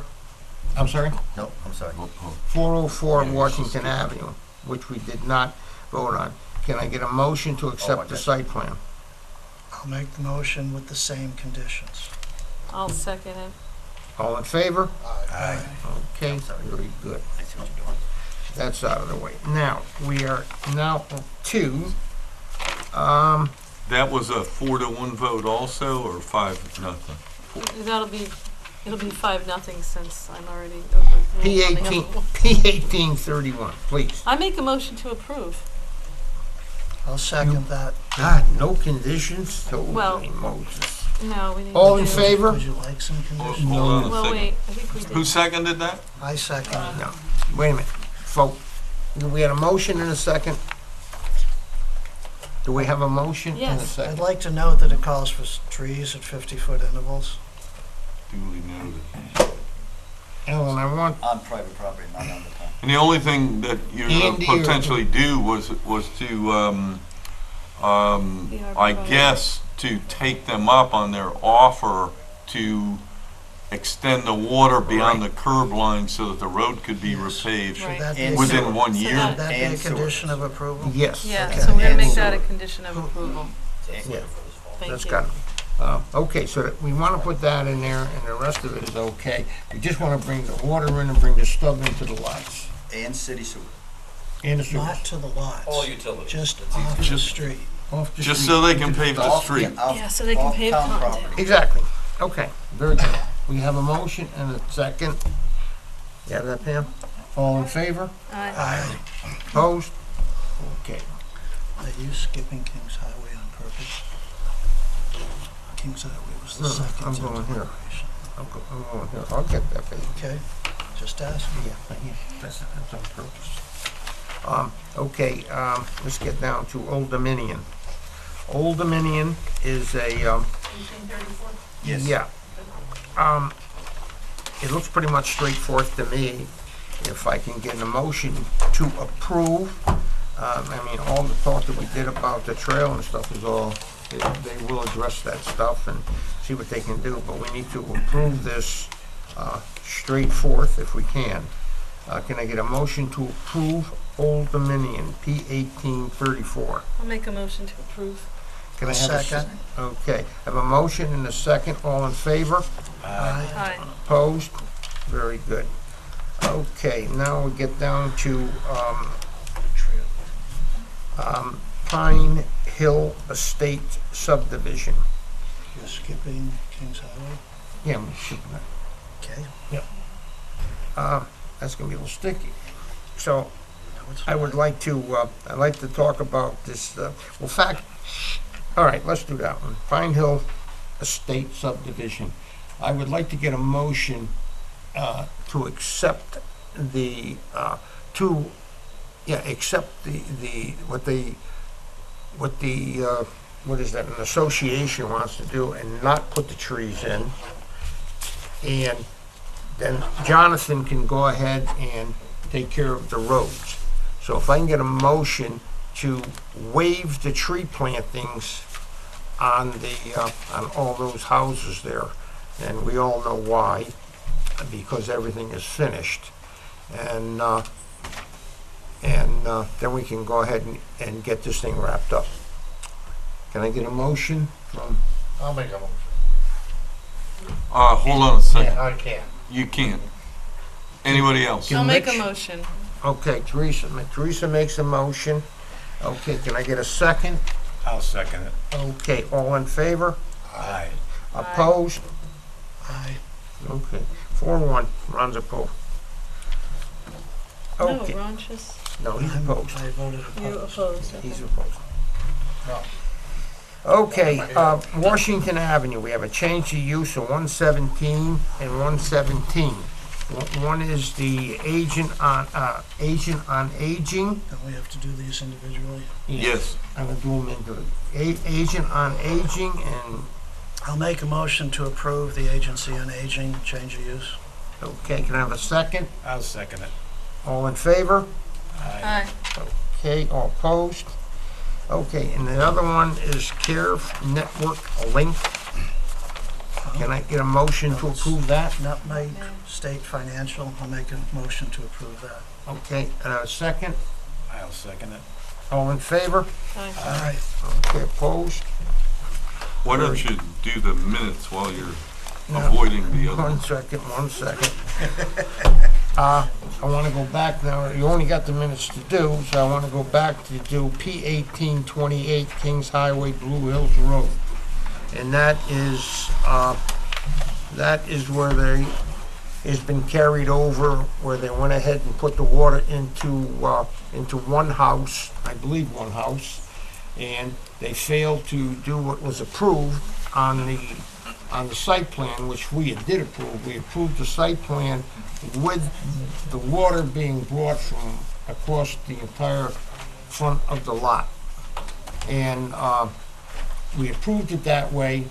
They would like not to do it, but that is the way the site plan has been approved. So they would like to take it away, but I would suppose that we should talk about that.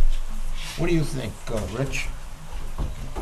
Well, it was approved that they were gonna put the water down Kings Highway originally. They went ahead and built the house. If we stop them from going down Kings Highway, that shuts off anybody else from ever getting water down that street. So it seems to me that they're they should be obligated to put the water line down there. Okay, so you think that they should put the water line in? Right. Okay. What do you think, Ed? Pretty much the same thing. Okay, you think the water line should be put down? Ron? I think we've already talked about this way too much. And nobody on the commission's ever changed their mind. They offered to put the water line in, we would have asked for it even if they hadn't, but that's what we approved, that's what we stick with. Okay, can I get a motion? You want to interrupt, don't you? What? You want to comment on this? I just have a question. Okay. And it's gonna go, I think it's gonna go the same way with my other one, is that how the hell do the COs get given out when, in this type of situation, and we're gonna, you've seen it in other places too, so how do you get a CO? They got a CO because they put a bond up, didn't they? Did they not put a bond up on that one house? They put bond up, but the bond was not sufficient for the extension of the water service to that particular house. And I kind of know the answer. I wanted Jonathan to explain this, because Yeah, I'm good. torn with this one, because, you know, on one hand, now they're already there, and it disturbs me, and I find it also disturbing that the water company can charge whatever they want That, to do this. that So, obviously is something to do with their ability to do that by state statute, which obviously we have no control over. This issuance of the CO is basically, it's, part of it is mine and Laura's, the way, I don't wanna say way we were explained how the change in the legislation worked with issuance of bonds. But I think that's pretty much what happened. Before we were able to bond for the entire site right up front, everything. Now we are only allowed to bond for S&E controls and municipal improvements, okay? Until such time that COs are to be issued. And that's where the confusion came in when, because this just happened in the last couple of years. And during that transition period, I didn't quite understand exactly how it was done. I don't think Laura did, and I didn't feel comfortable with what was coming out of the town attorney's office explaining what we could and couldn't do. So from now on, no COs are issued until such time either we are fully bonded for every item or every item is taken care of first. and Are they in the house already? Are they living in the house? Well, you guys gave him you gave him the permission to. Now we Yeah. gotta make them put the water line. Well, they're gonna put the water line in there. Well, now it's Have to bonded. make them, all we're doing is saying. Yeah. Take We it do apart. Now, have, I took an additional $89,000 bond to permit him in the house at this point. right. Which they arguably- did come up with that. They Okay. came up with Yeah, that. they did, yes. Plus the money that was already bonded for the original. So we There was have, a balance.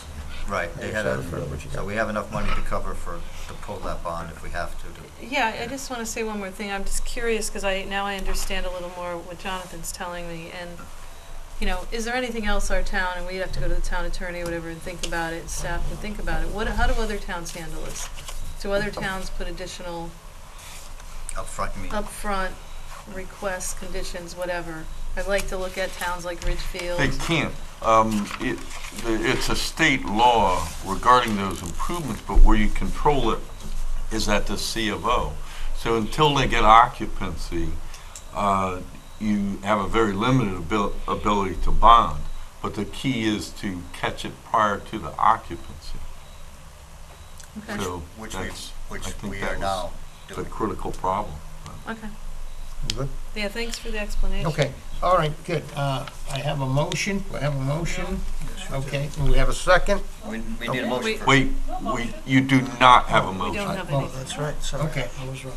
Can I get, I will make a motion to deny this application. I make Isn't a that what I'm motion doing? to, just to adhere to. That would be consistent with your stated desires, yes. Yes. Yeah, they are applying to have the requirement waived. So Okay. my motion is to deny this application. Correct. Okay, good enough. We have a second on that? I'll second it. Okay, all in favor? Aye. Opposed? Okay. Okay, that's, yes, okay, can I get a motion to approve the September 10th minutes? Make a motion to approve. I'll second. All in favor? Aye. Anything else? No? Wait, no, yep. Oh, wait. So, can, for the record, explain the Temple Pines Senior Housing, that's completely, we lost, correct? The We lost. town- We lost, and they're going forward. Do we know when that's gonna start? No, it's gonna come back to you. It's coming back It's gonna or- be remanded to the commission to approve. Okay. And there were some parts of the judgment that required certification on the part of the applicant Okay. to certify that they couldn't modify it without jeopardizing the development. Okay, So we have yet to receive that. When we receive that, it would, well, first of all, then it would come back to the commission to be approved. There may be a couple of other things they need to do as well, but they don't have the funding yet. okay, that's So kind that's- of what I was gonna ask. Okay. So it's approved with the, all right, Well, got it it. isn't Got it. approved yet. Okay. But if we approve it, Teresa, the funding is coming up in the spring. Maybe. Yeah. Okay, can I have a motion to adjourn? So moved. The second? Second. All in favor? Aye. Okay, nice job, gentlemen.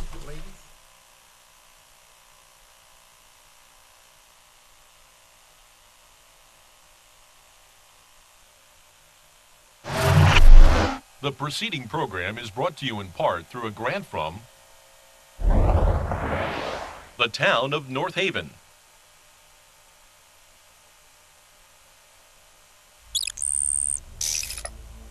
Watch town meetings or other videos on demand at nhtv.com.